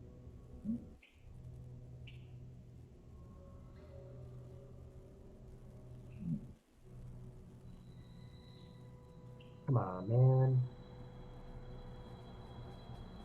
As the tentacles, you see it, Ember, she does not. You see this tentacle shooting towards the back of Yvaine's head. But before anything happens, this deep voice reverberates through the air and it says, "Mort." And the Aboleth just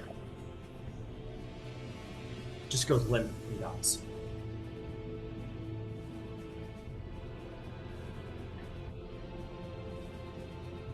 The next Aboleth is sort of swims this way.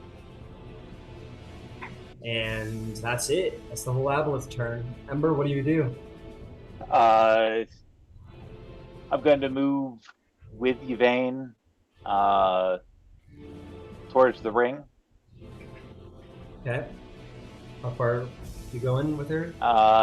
Just a move action, so 5 feet. 5 feet. I'm going to action resummon Red. All right. And Red is going to dash towards the ring. All right. With how much speed? He's got a swim speed of 40. All right. He's gonna get to here. He's moving. He's hightailing it. And that's it on this end. All right. It's Beverly's turn. She's gonna go. Oh man, this is really scary. And she's gonna cast Cure Wounds on. She's gonna use her last spell slot to cast Cure wounds on Mr. Zarvolg. That's going to be another 5 hit points to you, and that's her turn. Rock on, Bevs. All right, what do you do there, Mr. Zarvolg? Oh yeah, it's You almost throw up a little bit. You kind of gotta go. I was gonna say, yeah. First, I'm gonna throw up a little bit, You throw a little in your mouth. and then how high above this thing is me? It's about, we're gonna call it like 15 feet. Well, yeah, we're gonna call it like 15 feet. Okay. I'm gonna try and chink it with a crossbow bolt. See what happens. All right, go ahead and take some shots. Get a magic crossbow. I do 23 to hit. That'll hit.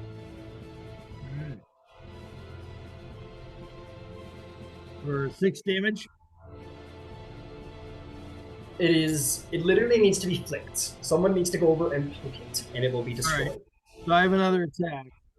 All right. If you hit, you save the day. I'm gonna get super cocky first. And You're gonna shoot it under your leg. I'm gonna look at the What a giant mirror. guy, and I'm gonna say, "Congrats on meeting your first hobgoblin." Sorry, someone sneezed. What did you say? Congratulations on meeting your first hobgoblin. Oh, great. All right. Roll me an attack roll. 19 to hit. And as the last bolt fires off, it just shatters into crystal broken glass. You also shield your eyes and stuff as it all falls down over you. The orb goes away, and you're gonna see all the. You're gonna feel this wave of psionic energy, sort of almost like a wave of water, like move through you. Doesn't hurt any of all of you, but it all goes flying back at all of the Aboleths, and they all spurt out a large amount of blood out of their mouth, blood and mucus, and all of the Aboleth die. As for every thrall that they gained in Amon, they push back psionic damage as the connection is severed in a violent way. All the Aboleth die, and the Emerald Eye continues to he's alive, but just floats there, completely stunned. Silar is no longer defended, and the milky white sphere dissipates.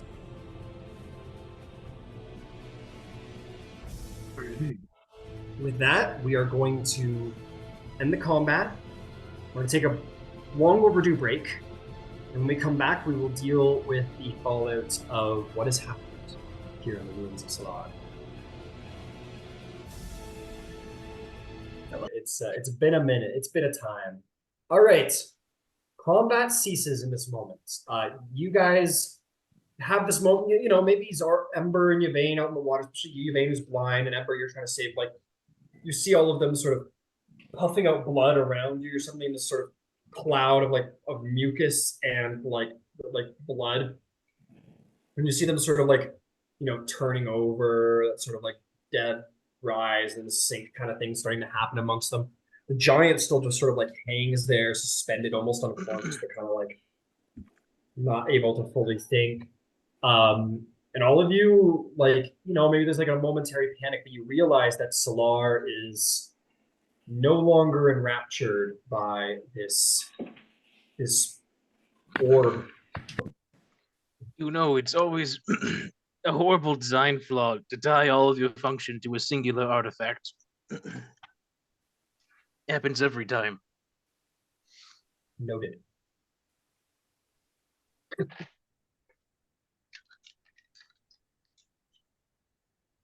Is the giant stunned from the psychic scream or from the ring getting destroyed?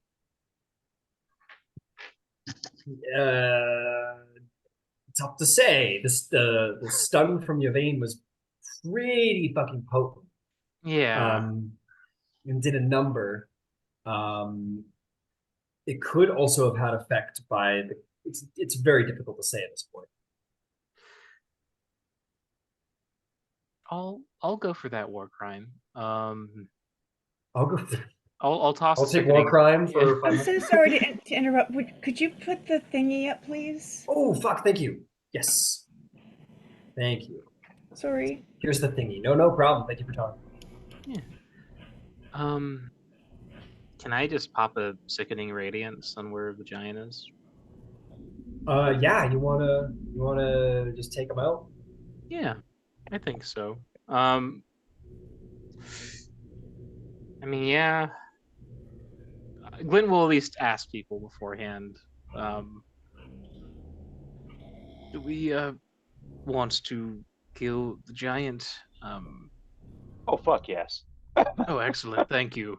And they bring their hands together and bring out the horrible flashlight of death over the giant.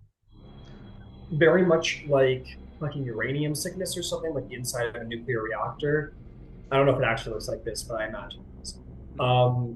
This sort of like pervasive green, sort of almost like a smog, barely visible green smog, just sort of emulates the area, and just all your pick boy starts doing like crazy rads on it, and he'll start taking. We don't need to start rolling it. This guy's got a fuck ton of health though, so that'll That's for, like, slowly begin to eat away at him. That's 10 minutes. Yeah.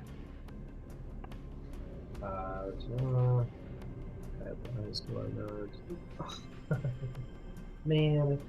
So, I'm going to tell you guys this right now because it would have been really cool if it happened and I wanted just you all to share this with me. If the Psychic Scream had killed any of them, their heads would have exploded, which would have been so cool. Oh, wow. But it didn't, unfortunately. So, no heads exploded. But I wanted you all to know.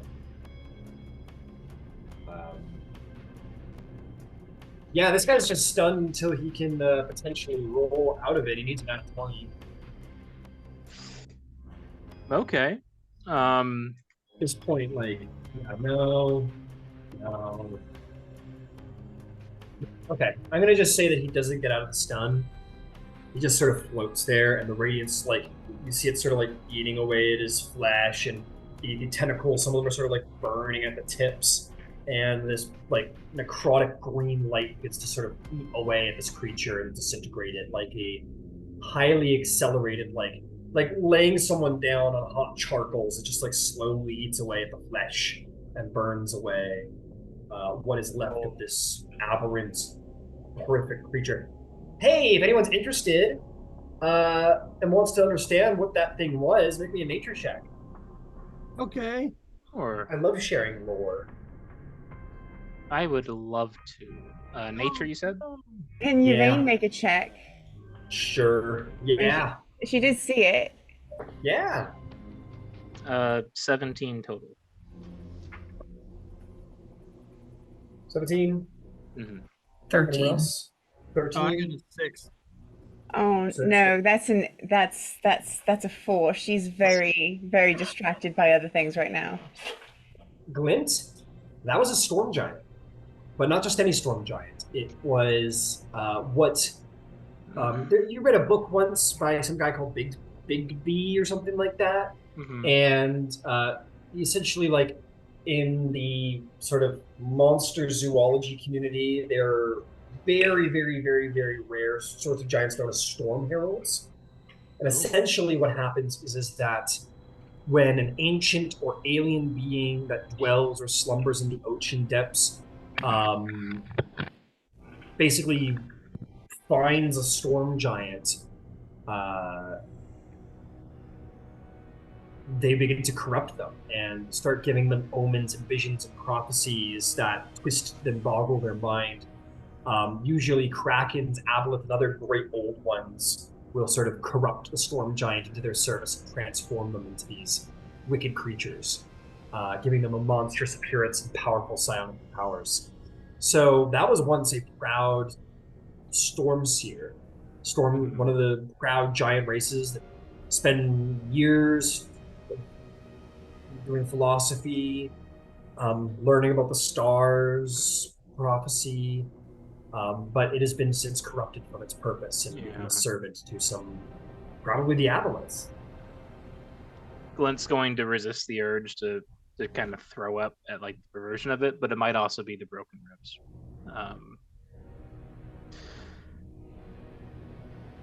Yeah, that's very rough. I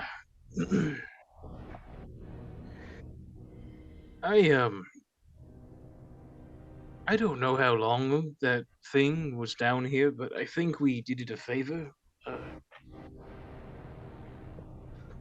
It is doubtful that it was turned into that of its own volition.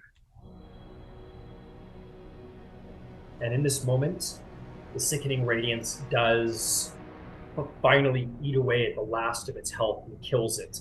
And as the last pieces of it are beginning to disintegrate, you'll see all the tentacle hair just sort of fall all out of this creature's scalp. You'll see the ridges in its neck sort of fill in back into sort of stony blue skin. The webbing on the hands just sort of recedes, and all of the coral that's attached to its body just sort of comes unattached. And you'll see the remnants of a storm giant reverts back to its original form and is before it is finally disintegrated by your spell.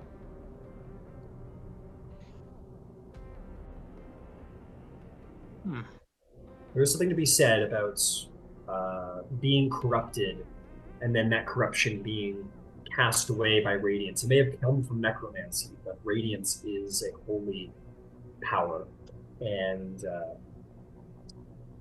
it's probably the good way to go. If one could die by holy fire, that is certainly a good way to purge corruption. On the bright side, I heal 8 hit points. If anyone cares, Delicious Grim Harvest. Yeah, as it dies, and there's this like almost like beautiful moment as it's like released from its corruption and disintegrates down. Its vital essence like throws into Glint for a moment, and some of his heels just sort of knit back together. Okie Right. Yeah, go ahead. Ember?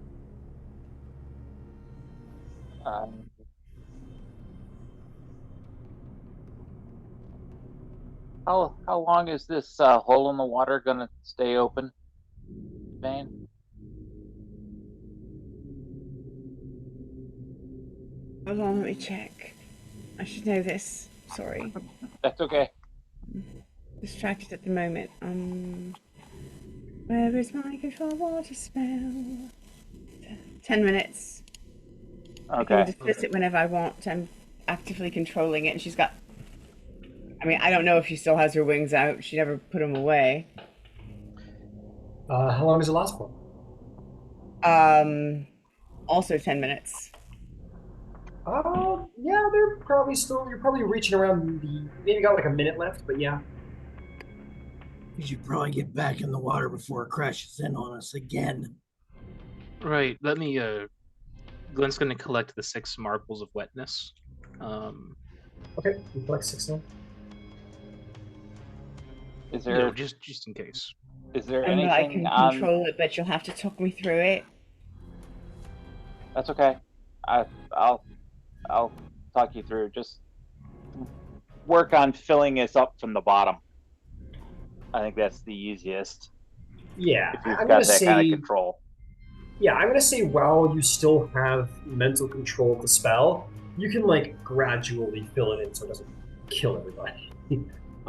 So in that moment, if you guys decide to like, if you're like, okay, I'm done with it, it can like not like fill like this, but you can like fill it in enough that like maybe it throws some people around, but there's gonna be no damage whatsoever. From I'll do. this vantage in Silar, is there anything worth sightseeing? Structures, buildings, anything like that? Silar looks as it did before. There's plenty of strange structures around, and you see something over here that looks something like it looks like a hut over there. Over here it looks like the interior, like somebody carved a canyon out, put it underwater. There's a number of waterfalls with crystals and all kinds of stuff going on there. Yeah, I will say that Yvaine does not look very robust, even after her heal. She looks Yeah. pretty beat the fuck up. If there's no particular reason to stay, I've got Perhaps keen. it I've is. I've got keen mind. Yeah. How much time do we have left before the charm ticks clear? They said like if I'm not mistaken, they said like a day, right? Give you like Yep. a day for Yeah, the like the charm. full day, yeah, like 24 Yeah, that was hour that was cycle. not too long ago for a 24-hour cycle. That was like 2 or 3 hours ago at best. Okay. So there's You can make me an Arcana check if you wish regarding this enchantment that's been placed on all of you. 12. 12. You know there's that secondary charm that is the secondary conjuration sort of trigger. So when the charm goes down, it should trigger and send you all back to the surface. With a 10, I'll say that you do note that the enchantment is like linked in your group. That's all you get with a 10. I'm thinking go back to the other side of the door and we take a long rest. And then if there's any further dig into whatever's available, we use, whatever the remaining time is to examine that, assuming that there's not a return of critters that were not caught up in this shenanigans. I think checking the columns at the very least, to see what state of repair they're in, would be valuable. There's something else. What's that?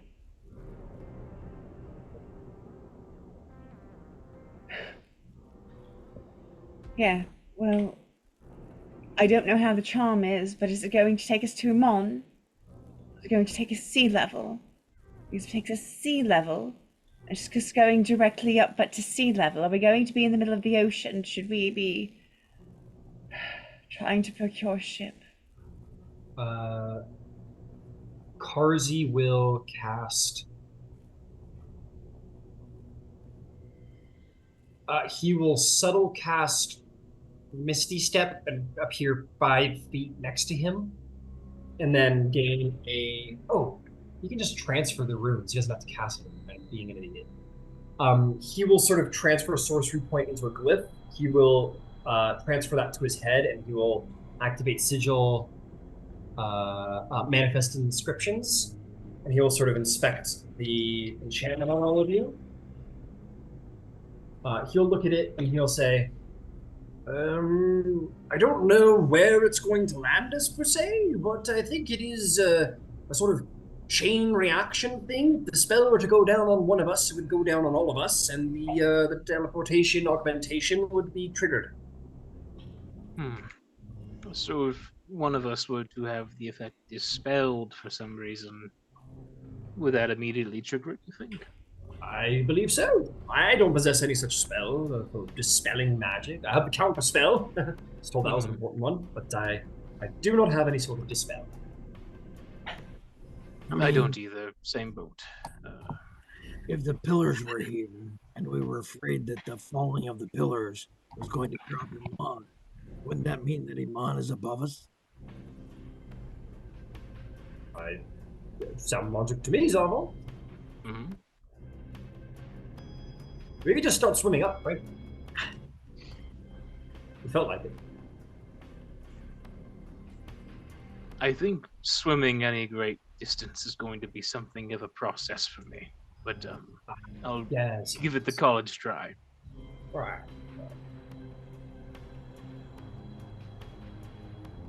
Goodness, it would be helpful if someone here knew how to teleport. Do we want to check out anything else down here before we leave? Well, that was my thought. Is we either do the checking now and then rest, wait for it to tick off, and then we get flipped back to wherever, or we rest first, come in, see what there is to see, and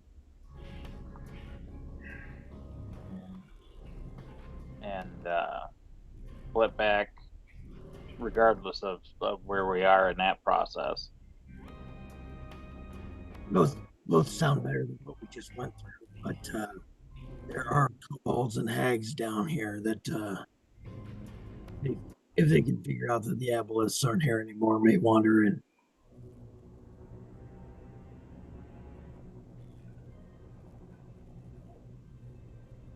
Well, that's fine, I think. Are we all sitting in a circle now? Like, what's? I assume you're just like bobbing in the I was going to water. ask that. Yeah. So yeah, Yvaine's blind, probably. I mean, does she still not have eyes? Is she Yeah, still you don't blind? have eyes. You don't have eyes. Oh. Yeah. I feel like that would be terrifying for all of us. Yeah, Yeah, I feel like we some sort of kind of reaction. skimmed over it. You guys all sort of like look at Yvaine, and Ooh. her eye sockets have no eyes. Her eyelids are concave into her skull. It's a crucifix. And we wouldn't. Would we have not? We wouldn't. A lot of us wouldn't have known what would happen, right? We were pretty far away. Only Ember would have been aware of what happened to Yvaine. Yvaine just showed up, as far as you know, with no eyes. So what the fuck happened? What the fuck happened to you? Sightless one, you seem to be... That is not my name. That's right. Are you? What the fuck is wrong with you? What is... I apologize, I'm not trying to offend. But it says, don't get mad at Glint. Is that not your name? You're suddenly very angry about your name. Gaslighting. Especially for someone with no eyes. Fuck. It is suddenly more literal than I expected. I thought it was sort of I a just taxi saved name. your lives, all of you. Let's not push any buttons, shall we, ladies and gentlemen? There was a sacrifice that was required, and it was made at our behest. And let me be the first, and I'm certain, and Ember will glare at every single other person here, and not the last, to say thank you, Yvaine.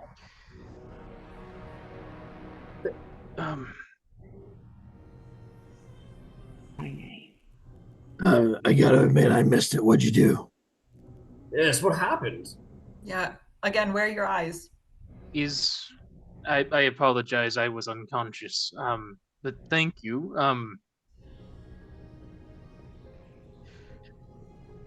Was your name something you also do whatever sacrificed? sightseeing you want to do. Unbelievable. We are getting to dry ground.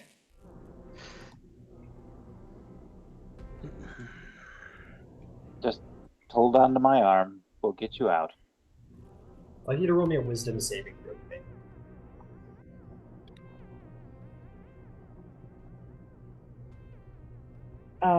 22. All right. Your friend's calling you this name over and over. It's itching you in that part of your brain that wants to go, but you hold on to your sense of self instead. Keep your wits about you. Be a silly question, but given that Yvaine is very frustrated by the name situation and has been very obvious about it. And to be very clear about what's happening, Zarvolg, Finch, Glint, Ember, all the NPCs, you are calling her Yvaine. Like, for all you know, she has suddenly got very angry at the mention of her name, Yvaine. Okay. But indeed, Yvaine, you keep hearing them calling you Sightless One. So, for all of your role-playing purposes, she's suddenly very angry at whatever she's called her name, Yvaine. Does the same thing happen if I call her witch? No, you just call her witch and it's witch. Which is why I shifted to pronouns. Yeah.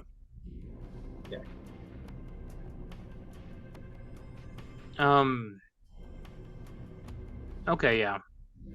Sorry, I'm just pondering how my character would put things together of what limited information they have on their ends in terms of how to respond to it. Okay. Yeah, I think Glint and Karzy are off to the side, so we're just like generally uncertain of what to do with this. I mean, if something took her eyes, it could be fucking with other forms of identity.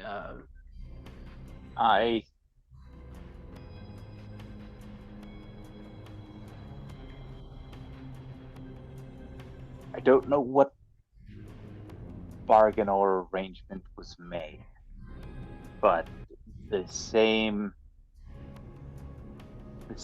entity who borrowed her voice back at the grotto entrance, which disturbed you all, is what is directly responsible for us not being corpses or slaves. So, And I do appreciate that. Yes, I'm not trying to step on toes or agitate. I'm just trying to understand in a way that I can assist. Forgive me if I can't focus on good manners right now. I'm not feeling very well, and someone dropped an ocean on me. Who was that? We're all in less than ideal states. Oh, I'm honestly in a blinding amount of pain, but ruminating helps keep my mind off of it. Well,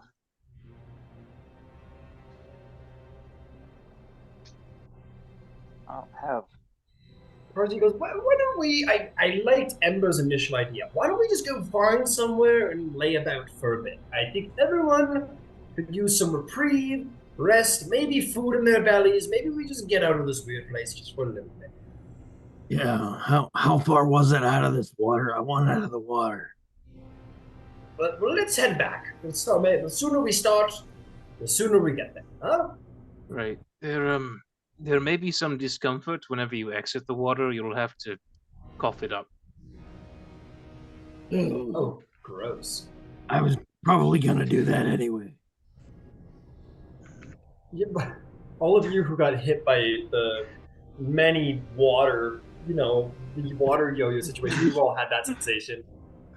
You were like, like the water went away and you all coughed up water and the water hit you again. You drunk it into your lungs and the water went away and you coughed it up again. Fucking.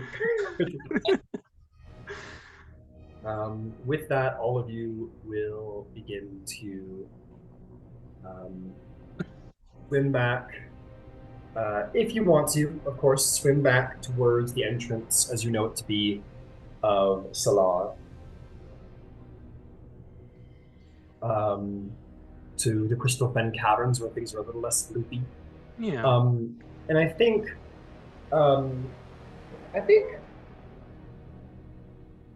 my Arcanists, Glint and Ember. Ember, are you proficient with Arcana? Yeah. Yeah, so you two, I think you're going to start to gather that, like, picking through Silar will be very difficult for the purpose that everything you see is an illusion, you know? Like, that ship in the giant ship in a bottle is not a giant ship in a bottle. It's something else. So it's going to be very hard to pick through here to find cool shit. But that isn't to say that there isn't probably a lot of cool shit over it, if you were to go investigate it. And you kind of assess this on the way back. But you get back, and you make your way through the Crystal Fen Caverns up the waterway, and sure enough, your heads surface once more. You cough out some water from your lungs, not in a very terribly difficult way, and you find yourselves back on dry land You are shriveled like raisins and hurt and bloodied. As you get out of the water is a little red from all of your exits. You do make it back to the Crystal Fen Caverns and can start setting up some camp.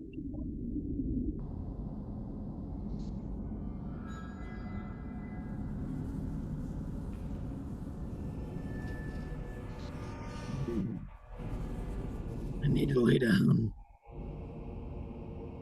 Where did it fall from? Oh my. Here it is. Nope, that's not it. Anyway, while I look for it, yeah, you guys can That's nice. Oh, there it is. You got in there over there. You all sort of rally over here, back on dry land. Yeah, you guys want to set up some camp and start tending to your wounds. Yep. Just kind of get some sleep going. Yeah. It's been a long day. You go to sleep. Take watches. I will. No one else. Yeah. I think Glint will put his undead on it and will ritually cast Tiny Hut, but is not going to stay up for a watch tonight. Fair enough. And that is a good point, as your skellies are as good as any at keeping a lookout, but anyone's welcome to keep an eye out as well. Can Yep. Can she still talk to Happy? Yeah, you can talk to Happy. You kind of go like, Happy, where are you? And then Happy sort of bounces. You feel Happy bounce into your lap. Yeah, I'm gonna ask him to watch as I sleep tonight. And Happy kind of gives you a little paw on the face, a little pat paw on the face. I'm gonna say Tiny Hut isn't going up over here. The ground is just too uneven. There's nowhere, at least not here. If you wanted to explore deeper and try and find a little bit more flatter surface, this is super uneven territory. It's very hard Yeah, to that's get. fine. Yeah, you want to go looking for better turf. Glenn's gonna park wherever people choose to park, honestly. Yeah, I think, Karzy, not so much Beverly. She didn't get hurt too much. Maybe she's trying to help people here and there. But I almost imagine in my head, and I could be wrong, but the party just sort of like throws their sleeping bags on the ground, just kind of falls in without all of it. It's solid rock and tree bush grass kind of thing. Yeah. And camp is very quickly beginning to set.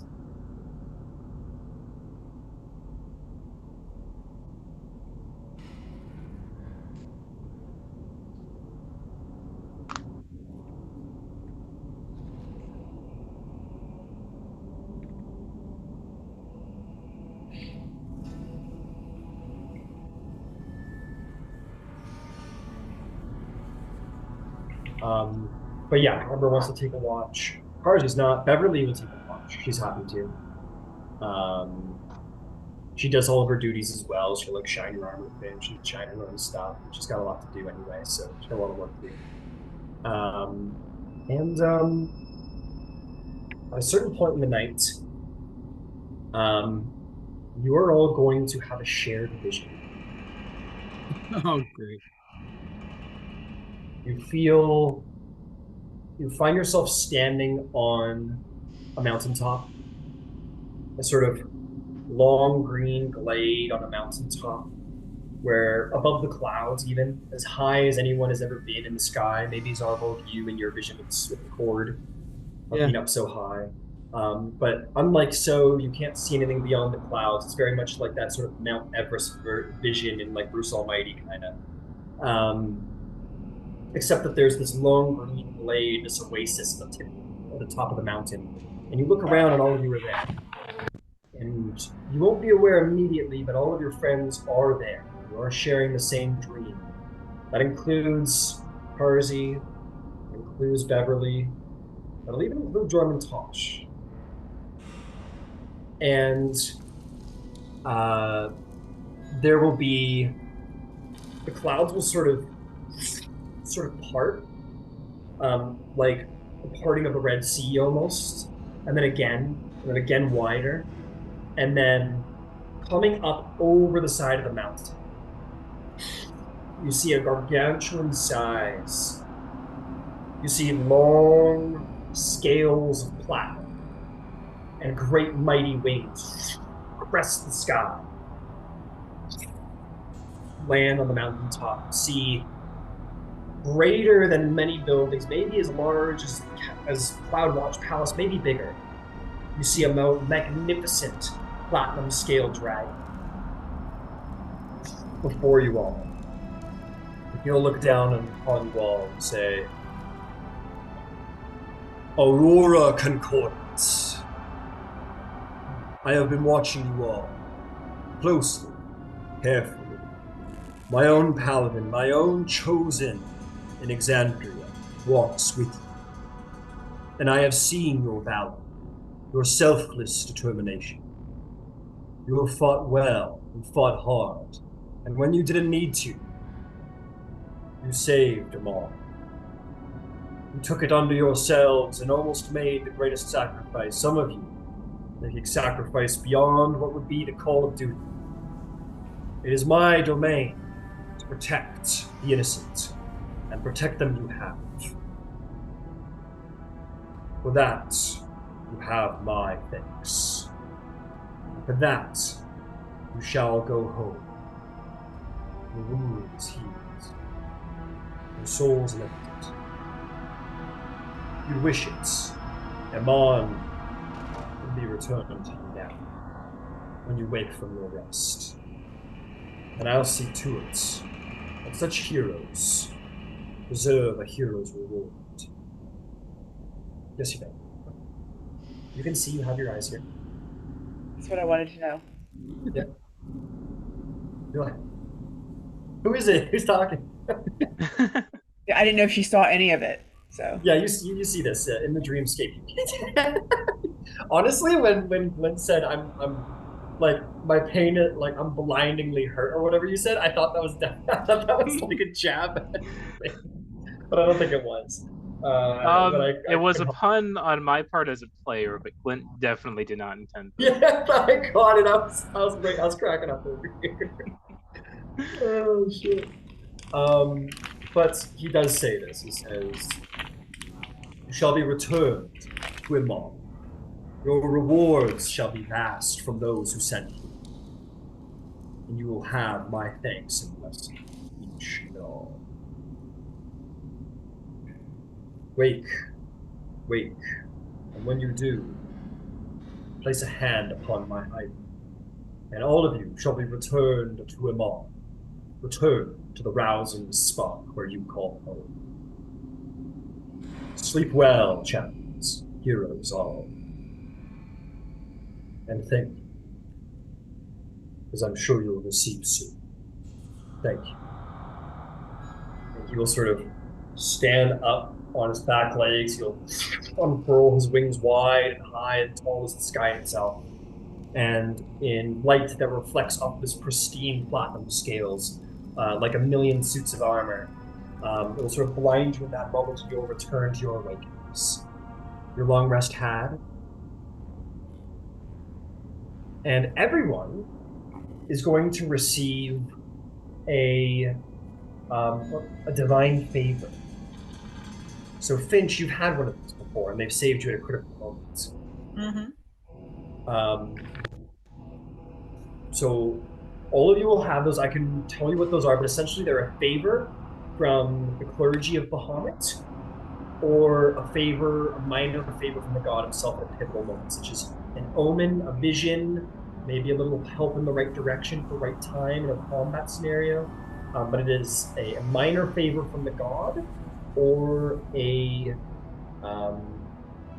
or help from the clergy.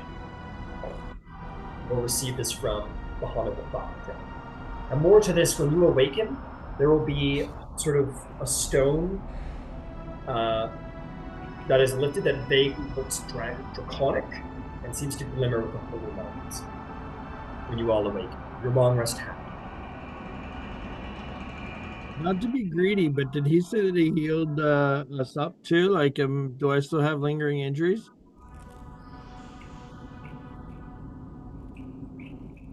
I'm gonna say no. I'll say he cures your lingering injuries.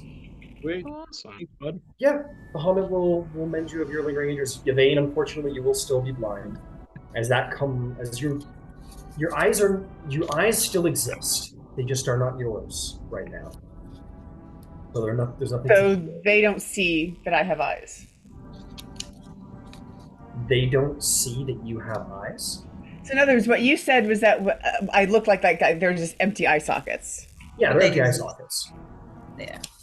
So Okay. I'm kind of maybe explaining more than I should be, but the point is that like your eyes exist. They're out there. They're just in possession of the sightless one.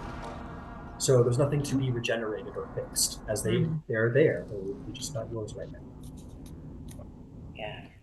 And that's also, he's only so powerful behind the divine gate, in opposition to such a potent lesser idol, shall we say? Reasonable question. Absolutely. I think coming out of the long rest, Finch would as they're awakening, I think that they would pretty much wake, not in not sobbing tears, but that's pretty awesome. So I think they would be and obviously completely unaware that everyone else had that vision too. Or I guess we know, right? Because we were all there. I think you all wake, and similar to the end of Inception, where everybody kind of wakes up and looks around. And looks like, yeah, did we all see that? I think as everyone sort of looks at each other, other than of course Yvaine, you all have a sort of mutual, sort of quiet understanding that maybe you experience the same thing. Like Zarvolg, you kind of are feeling so much better in your mind. Your exhaustion is gone. Glint, you're feeling better as well. Your broken ribs are not hurting as much. You have good range of movement. You all know you shared the same thing. And even if we I think weren't they would aware of each other, even if we weren't aware of each other in the dream, he did refer to us as a group. He referred to us in the plural, so it makes sense. Yeah, there's kind of a, in that sort of supernatural, you can't quite explain how you know, but you know kind of way that you all shared the same thing that night. Yeah, and I think Finch would be grasping onto their holy symbol and pretty emotional about that, because I don't think that Bahamut has ever appeared to them like that before, because in any other instance a lot of it's been the voice of, or hearing guidance through prayer, but never a vision. Yeah, that's fair. I think you and Beverly are having a same experience. Beverly's like, wow, and you're just like, I know, kid, isn't it great? And you two just have a total moment. For sure.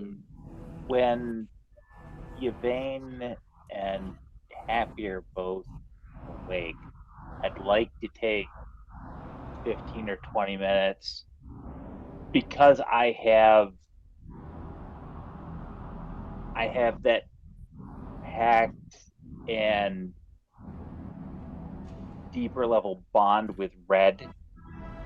I want to try to explain to them how to better make use of that second sight, and so Happy knows and can perhaps hang a little closer to Yvaine, so her perspective stays closer. Yeah, I got you.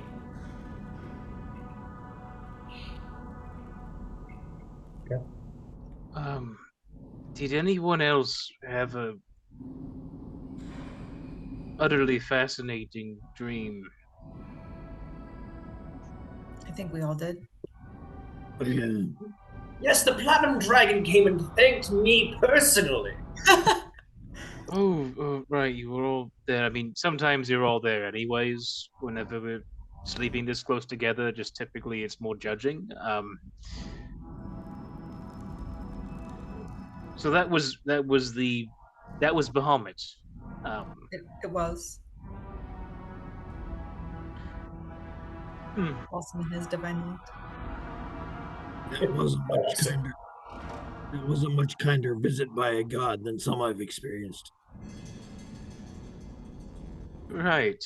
You don't know that. You didn't check yourself for scales, Zarvolg. He starts looking. Ember, can you help me bind my eyes? Yes, surely. Wait, what does that mean? What's going on with her eyes?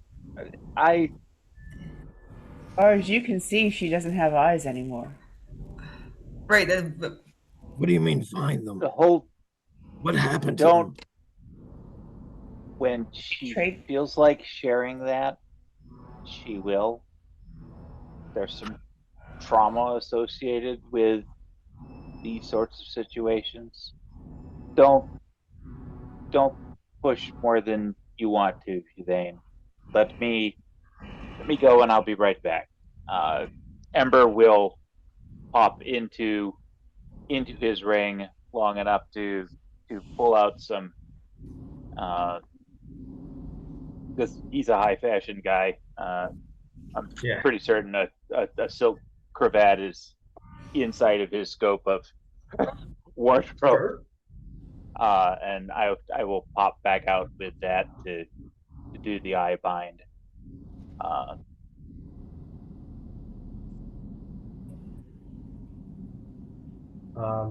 Yvaine, as Ember's gone and there's sort of like a quiet, there's maybe this like awkward quiet that's kind of hanging over where Ember's like, I'll be right back, I'm taking care of Yvaine, leave her be, kind of taking the caretaker role. There's that quiet. Yvaine, you realize in this quiet moment, almost like, what's it called when people's your hearing is permanently damaged and when it gets super Tinnitus? quiet, you kind of, was it? Tinnitus? Tinnitus, yes, thank you. So you think kind of like tinnitus in this kind of quiet wake moment, you realize just like within the quiet, very like that, you hear these incessant whispers that you hadn't realized, but now that you can hear them, you know they've been there since you lost your eyes. These, just like when you closed your eyes before and called out to the sightless one, here at this very spot.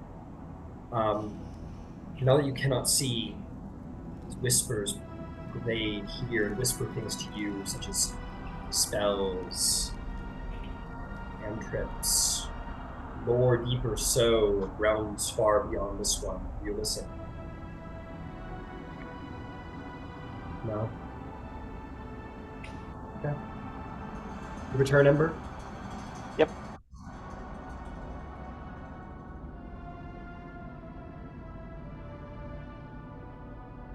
Yep, you do the eye bind. You hear them, Yvaine, and you can't help but now be very quite aware of them at any given moment. If it gets quiet enough in a room, you will hear that. And at any time you wish, you may, the urge overtakes you, or sort of ADHD unconsciously find yourself listening to them. You can.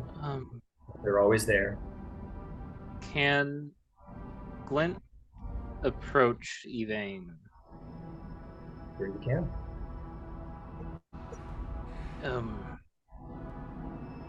I apologize. I'm not going to call you anything. I just want to ask. Whenever you're hearing the wrong name from us, what are you hearing? Sightless one.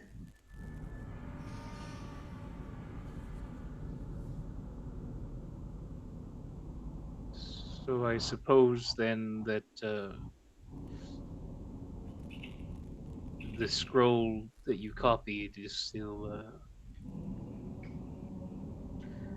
Well, I can't see to check, but I will swear to you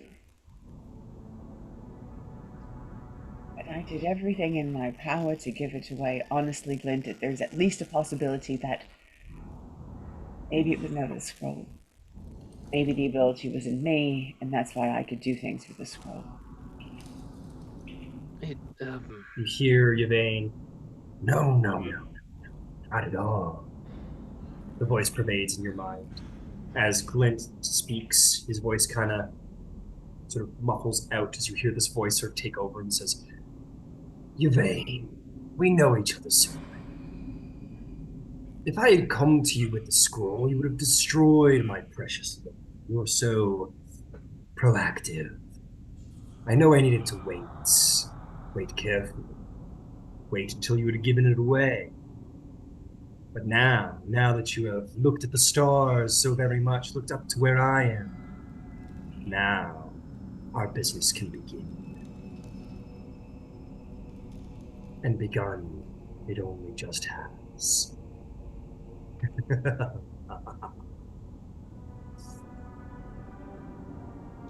Enjoy the power, Yvaine.